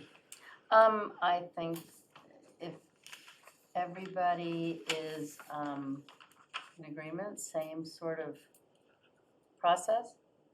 Does that work? Okay. Take it away, Greg. All right, well, it's, as always, there's plenty to do and more to do than time to do it. We continue to plug along. So some of the highlights over the last few months, I've been able to bring on board a new health agent, a new position. We're funding this year through the ARPA monies. We have brought Wendy on board and getting her acclimated and oriented and pleased with the early start. So that's a good step forward for the town and bringing more resources and talent to the whole public health realm. Obviously something that COVID highlighted, the lack of resources that most towns have had in the public health sector. So that's, I think, off to a good start. And also know that we have replaced our town planner. We were able to quickly bring on board a new planner to take Sue's place. So Betsy has started up and is again providing good professional support to our land use boards. And I think just had a meeting this afternoon with both chair and vice chair of the planning board with Betsy and outlining sort of key priorities and what areas of support they need. Excellent. So that'll help, and also she'll be giving good guidance on the MBTA zoning and what we need to do, next steps in terms of the submitting a plan to the state in order to take a deeper dive as to whether or not that's an appropriate opportunity for the town or not. But we'll get that paperwork in. We continue to be successful with grants, and we still have not heard definitively about the FEMA money for the culvert. We certainly hope that is coming shortly. All indications are that we have checked off all the boxes, but we don't have a definitive on that, but we should be hearing soon. We did receive the coastal zone management grant, as you know, that's getting underway. We'll have a presentation to you on that come the 19th of December. In addition, a couple of grants that came through as follow-ups to the local rapid recovery program. One is for an all-season special event, and so again, new planner and Sue Croft and Tiffany are all working on that. They'll be reaching out to folks to get ideas for a special event come late winter, early spring, as a way to bring in, promote some business for the downtown businesses. During what is typically a pretty slow season. So that is getting underway, as well as funding for some technical assistance. So being provided a consultant to help with what's called placemaking. For us, that would mean potential some pocket parks in and around the village, better signage to direct people to different parts of town, and parking as well, and doing some possibly implementing some public art to spruce up areas of town. And then the last grant, just as a reminder, that we recently received was from the Seacoast Economic Council, and that was for the work out at Tux at the Rotunda. And so again, we have the engineers underway on that, and we'll be presenting different options to the community. Basically looking at 3 different scenarios, raising it up in its current location, moving it out a little bit, and putting in the pilings in. It just makes it easier to put the new pilings in and move it, or relocating it to the granite knoll at Tux. I'm sure that'll be the least favorite of residents, but I think it's an important option to take a look at, just because of the difficulty of protecting a structure of that nature from future storms. So that'll be an interesting conversation that we'll have. A few other things. We, as you know, brought on Susan Beckman to help us with the governance project. I think that'll be important work, driving not only a lot of my work and goals, but also yours, and getting things organized in terms of process, but also sort of an organizational structure and working with the different boards as well as department heads. So I think that promises to help us with our work, because we do need to look at ways to streamline and get things done, because the workload only seems to increase, and so we need ways to be smart in how we work. So that's an important process. Able to negotiate with the current dispatchers, with that transition to regional, so that was a good thing to button up and is helping us move forward. And again, as the chief indicated, the process has been going very smoothly. I don't want to jinx it, but we've been impressed with the regional's responses. They seem very eager to make it a success on their end, and that certainly is encouraging to us as well. So that continues along. We'll keep you posted as that goes along. We've completed the quarterly reviews for all department heads. We do that on a quarterly basis. We did hold that training session for boards and committees. We'd like to get that on an annual basis, and hopefully that's something we can put into place. So obviously budget is front and center right now. A lot of time and energy going into preparation for the FY24 budget. It always seems early to be talking about that, but the timeline is so all the department heads have submitted their preliminary budgets to me. Andrea and I have met with them to go over that. Finance committee has joined us for some of the bigger departments, so they have a liaison for some of the larger departments. And so I'll be presenting to you and the finance committee a preliminary budget at a joint meeting in December. And then January and February is when the finance committee in particular will be meeting on a weekly basis to comb through those proposals and do fine tuning and have some sessions with you as that process unfolds.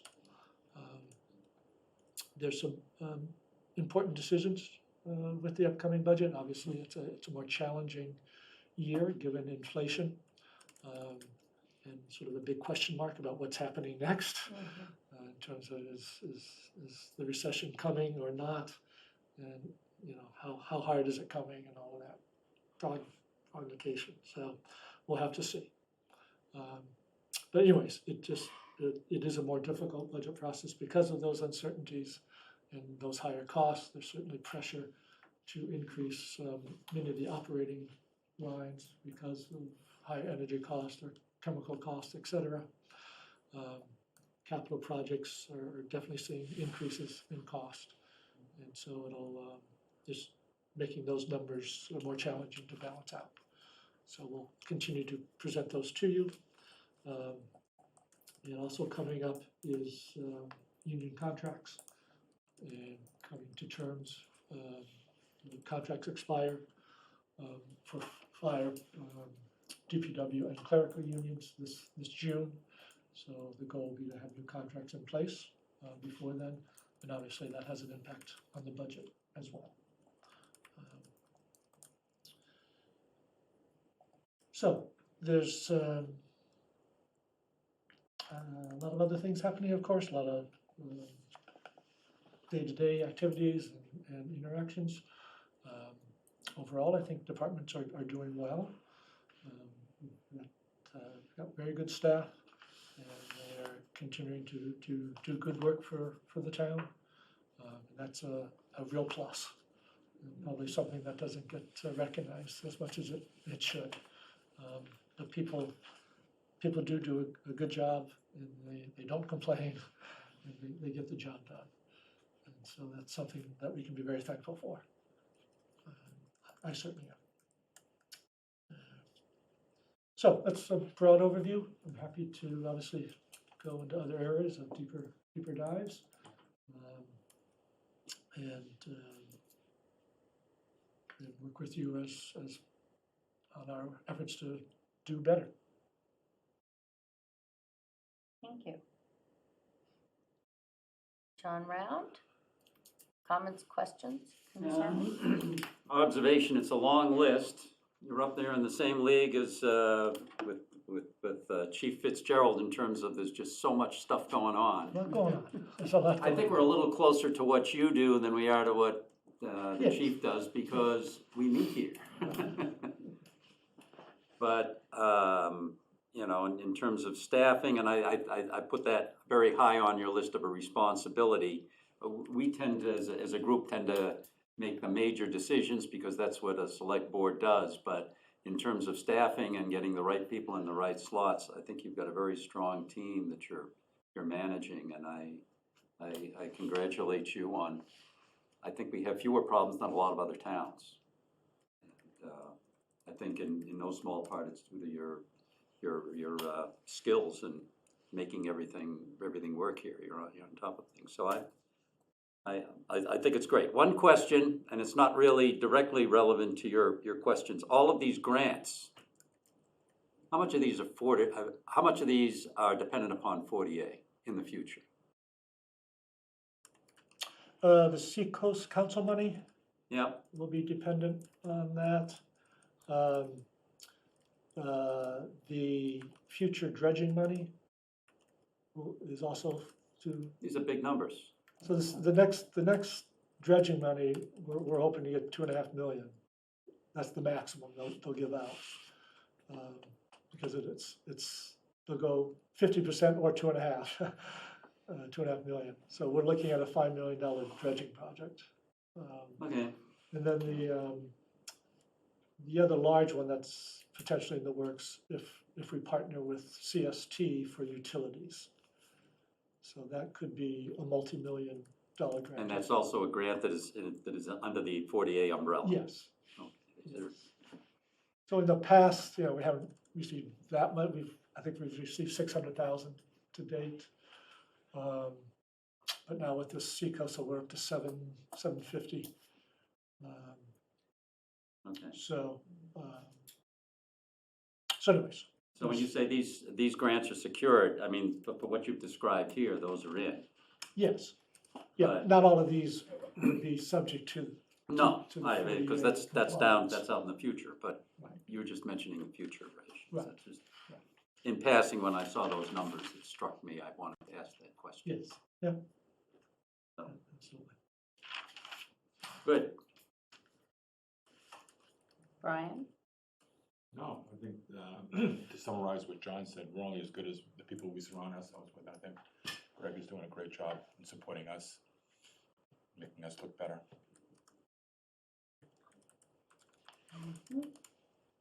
Kathy? Yeah, so let's, I got a lot of notes, so just bear with me a minute. First of all, I just want to tell you about some of the things I really appreciate about your work for us, Greg. So in the past few months since I've been on the board, I just think you're an exceptionally strong communicator. I really appreciate your verbal and written communication skills.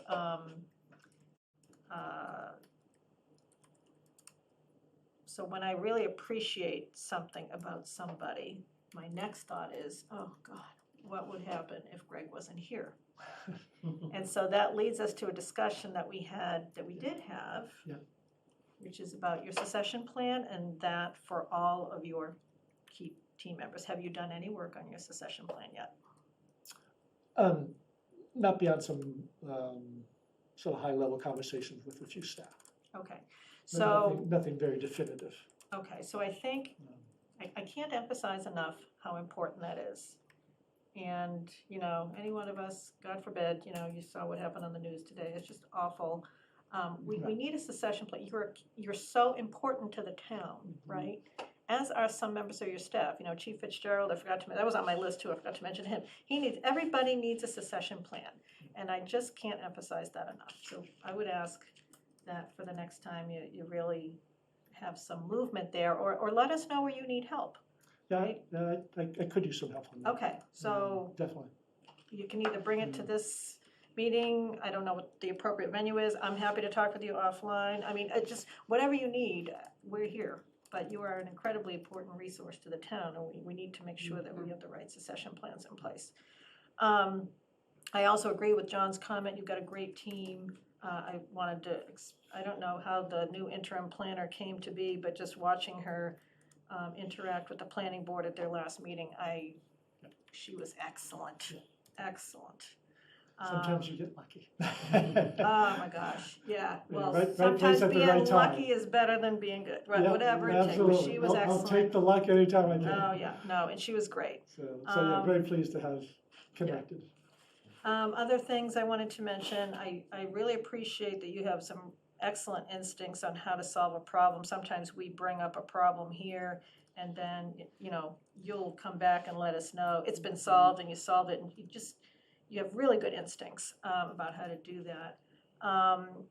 And you're very good about keeping us on track with those external deadlines, you know, regulatory, whatever. You're just really strong. So once again, those are things that, because you're so good at them, we need to make sure your whole team is good at them. Okay? So going back to the communication skills, have you ever considered having your team rotate responsibility for writing the weekly item to the Cricket? Right? Yep. It's a way to build their expertise. It's part of their professional development. And then it gives us a look-see at, okay, so-and-so might be interested, but do they have those, you know, get a really high bar to fill there, right? So try before you buy, right? Yeah. And it's just good professional development for them. So think of ways when you can delegate responsibility to them, not just because you want to get something off your plate or something should be off of your plate, but because it's an important part of their professional development. They can't grow if they're not given a chance. And I think the only other thing I wanted to mention is, you know, you talked about the budget, so this will be, you know, the first budget cycle I'll be engaged in. This is not a time for fear, okay? And I understand we're all nervous, but we've got to lead by looking at things a little differently, perhaps. And I would encourage you to lead with conviction.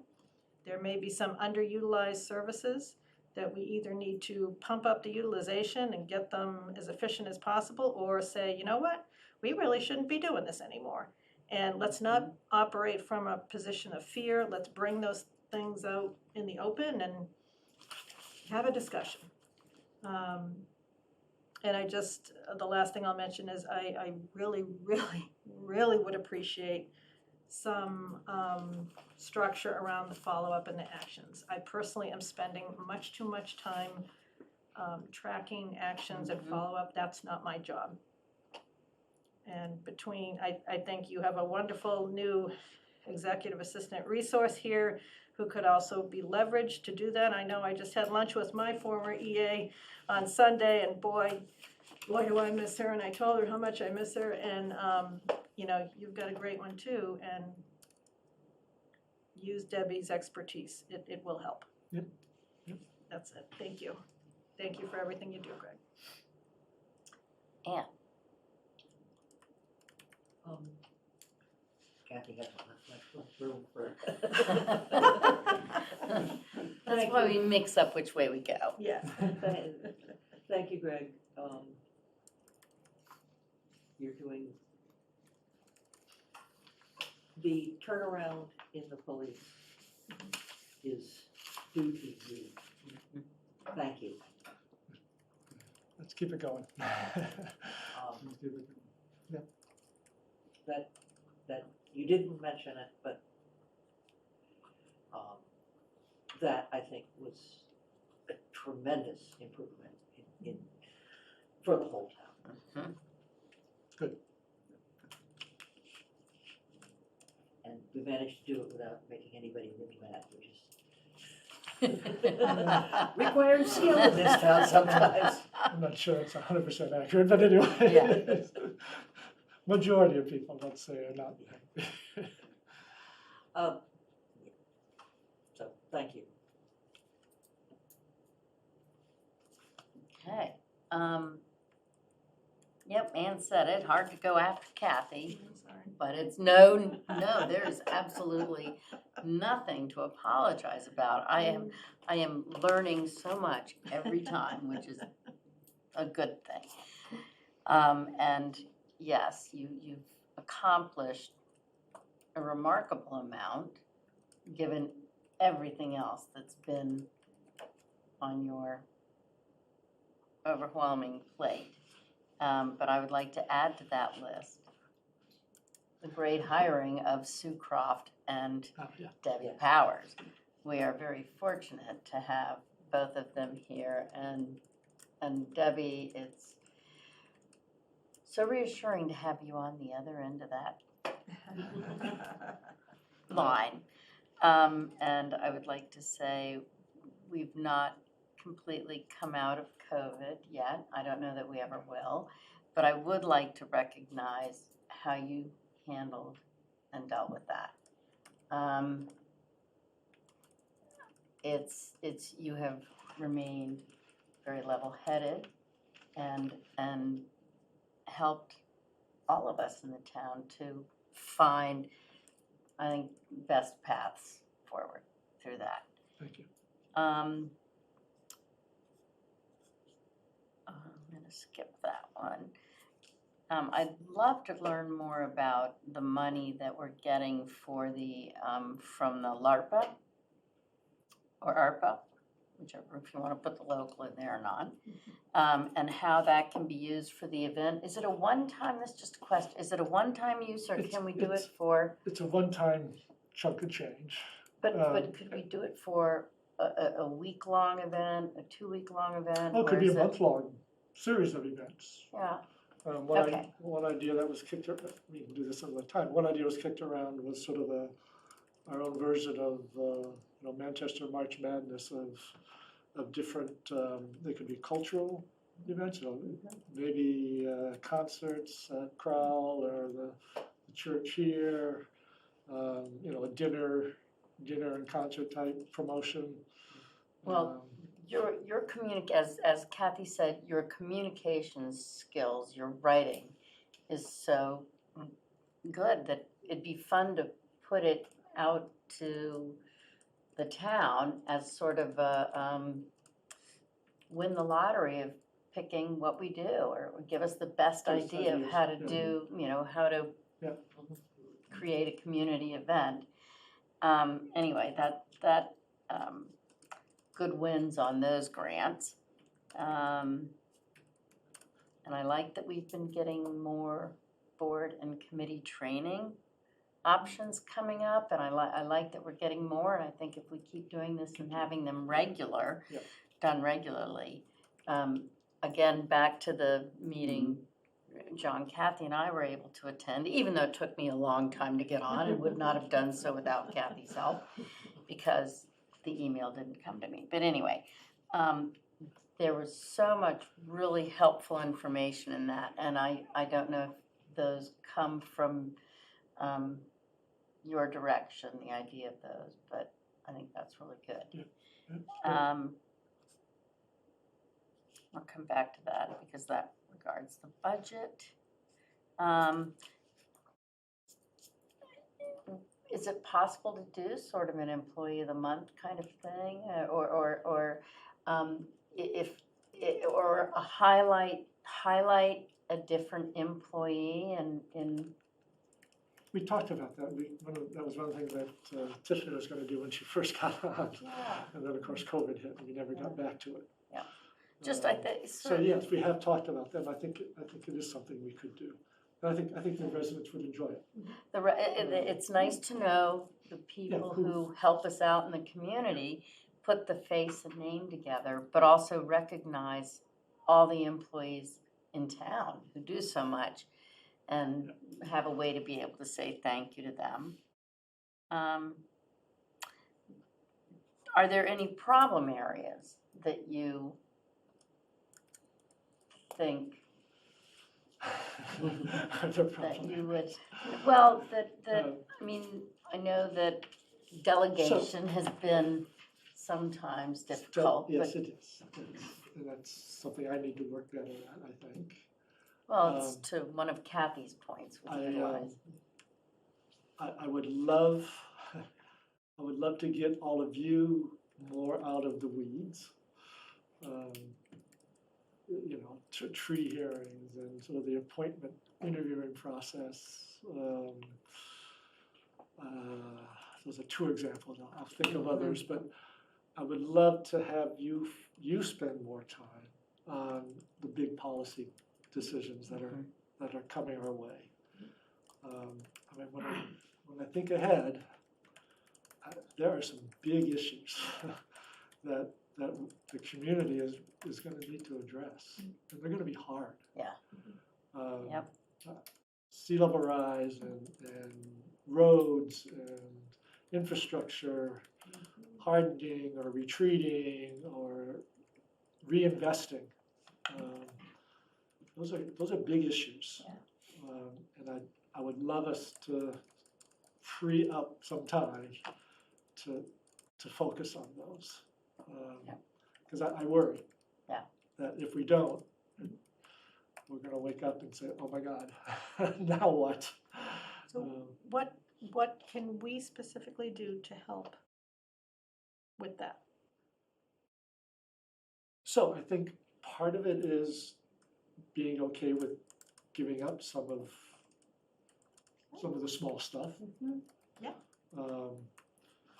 You know, so tree hearings can be done by the tree warden. Great. You don't have to do them. Great. You know, we just talked about the appointment process. We didn't Yep. talk really about the interview process, but Yep. but maybe a couple of you do interviews and give a recommendation Awesome. rather than Excellent. all five of you taking up an hour of meeting time to do that. I just think if we could just be aware of our agenda over the next few months and say, oh, wait a minute, did we really need to do that? Right. Similar to what you're asking about the budget. I think that's 100, I'm so glad to National hear that. Grid, Yeah. DPW. Yeah, Yeah. that could be a DPW What function. has and- to happen in order to make some of these changes, Greg? What has to What has to happen? happen? You need to make that decision and delegate it. So as someone who has, only been on the job like 4 months here, whatever, I can't count how many months, I'm not aware of all of those situations. I suspect you and your team are. And is there a list of things that So you we could can bring to certainly us? brainstorm a list like Yeah, that. brainstorm a list, Some of bring the it to more us. veteran We're board in, members.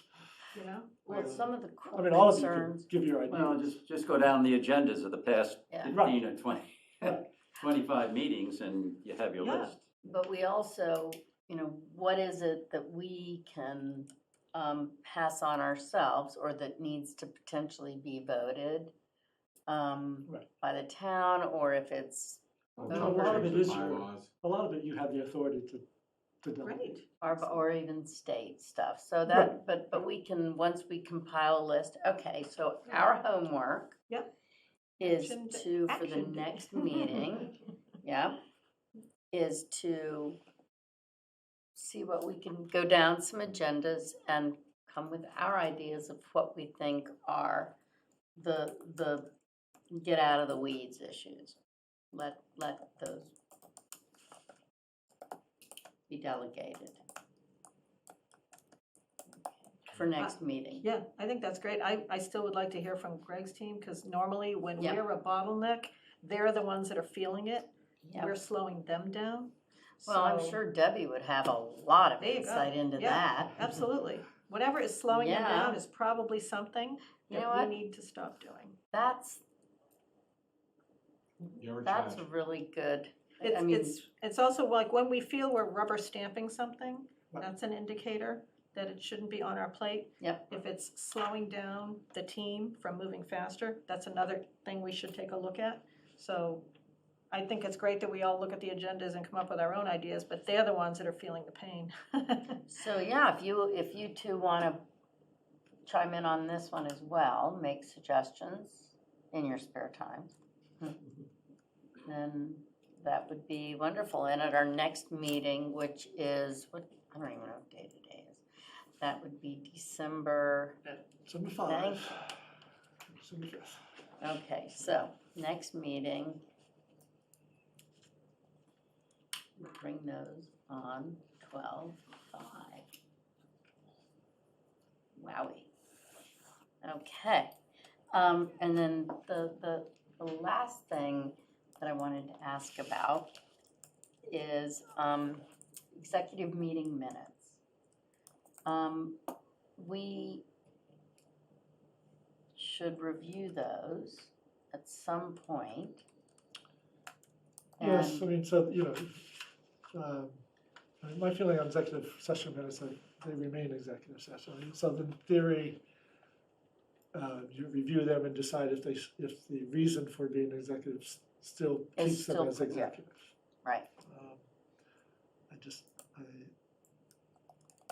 So most of the time you go into executive session are legal Mhm. or union negotiations. Right, Those are the two most typical, or very occasionally a real estate transaction. So union negotiations, in my mind, that they always stay executive, Yeah, because yep. you're talking strategy. Oh, yeah. And even though you may have settled a contract, you're thinking of why you settled it spills over to the next round. Mhm.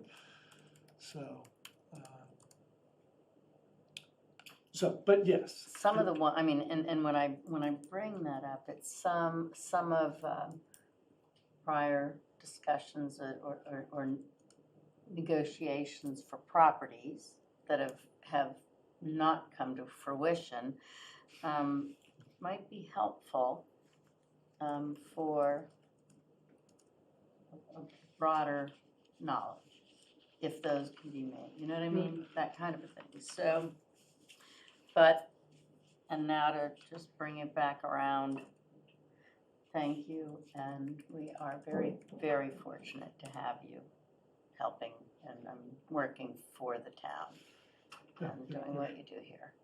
You're kind to say that, Shed thank load of you. work, But, so, But thank you. there's always abilities to do things better, so please For all of us.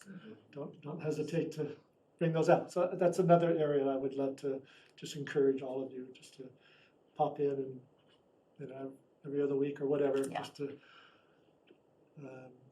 So it's helpful, obviously you have a different perspective on what's happening in town, and I obviously have a more focused vision of what's happening in No, but I town think it's hall, but important, yeah, for us it's helpful to, just to share that information. absolutely, to circle back with you and Yeah. just even have that an easy rapport. I think the more we stop in and do that, the easier. Okay, So, thank you. thank you. So in terms of, we've got executive session coming up, but before we do, Kathy, did you want to finish your liaison report, or should we come back to that next time? I think I said everything. I needed Excellent. to say. Okay, and for me, Board of Health, couldn't attend the meeting, I was working. The Harbor Advisory, I was working and have not gotten my update on that. But as we like to say in the military would say is, we don't want excuses, we want results. So I will find a way to make it to these meetings. Then Council on Aging did have a meeting, and they are trying to grow their membership. This is the Friends report on the COA. They've sent out flyers, I don't know, or just, it's that time of year to make donations, and they've sent those out. And they're still wanting to establish, get the support to establish a capital campaign for a senior center. They've been having Monday coffee and conversation, which they've done over at the Congregational Church. Thank you. And that's gone very well. Anybody over the age of 60 is welcome. So I'm not going to look at some of you anyway. And that's, I can keep that short. That's it for now. Okay, so with that said, may I have a motion to go into executive session per Mass General Law, Chapter 30A, Section 20A, Sub 3, to discuss strategy with respect to collective bargaining if an open meeting may have a detrimental effect on the bargaining position of the public body and the chair so declares, and not to return to open meeting. Question, have we done the town administrator's report, or do we intend to do that? Oh. Yeah. I kind of incorporated that with his, You can put it in. Thank you, sorry about that. Yeah, I can be very brief. We won't ask you to repeat all that again, but. I might have to. Yeah, construction, as you know, on School Street is wrapped up. Paving will be next spring. The compost facility, the construction is getting underway. So the transfer station is not open on Wednesdays starting this week. And that'll be through the winter. Open on Saturdays, but not on Wednesdays. So that construction can get underway. So that's an important point for folks, and we're trying to get the word out on that. I mentioned the sea level rise study. I'll have them in December. So on the ambulance, right? The vote was to approve the monies, and now we need to decide which way to go. Right. And so the chief is anxious to have a decision which way to go. I think it would be helpful to have you and the finance committee have a joint session and talk through the options. So if it makes sense to you, we were targeting the 12th of December for a combined meeting for the preliminary budget presentation. And maybe we could have that same evening, do 45 minutes or so on the budget, and then another 45 minutes or whatever on the ambulance.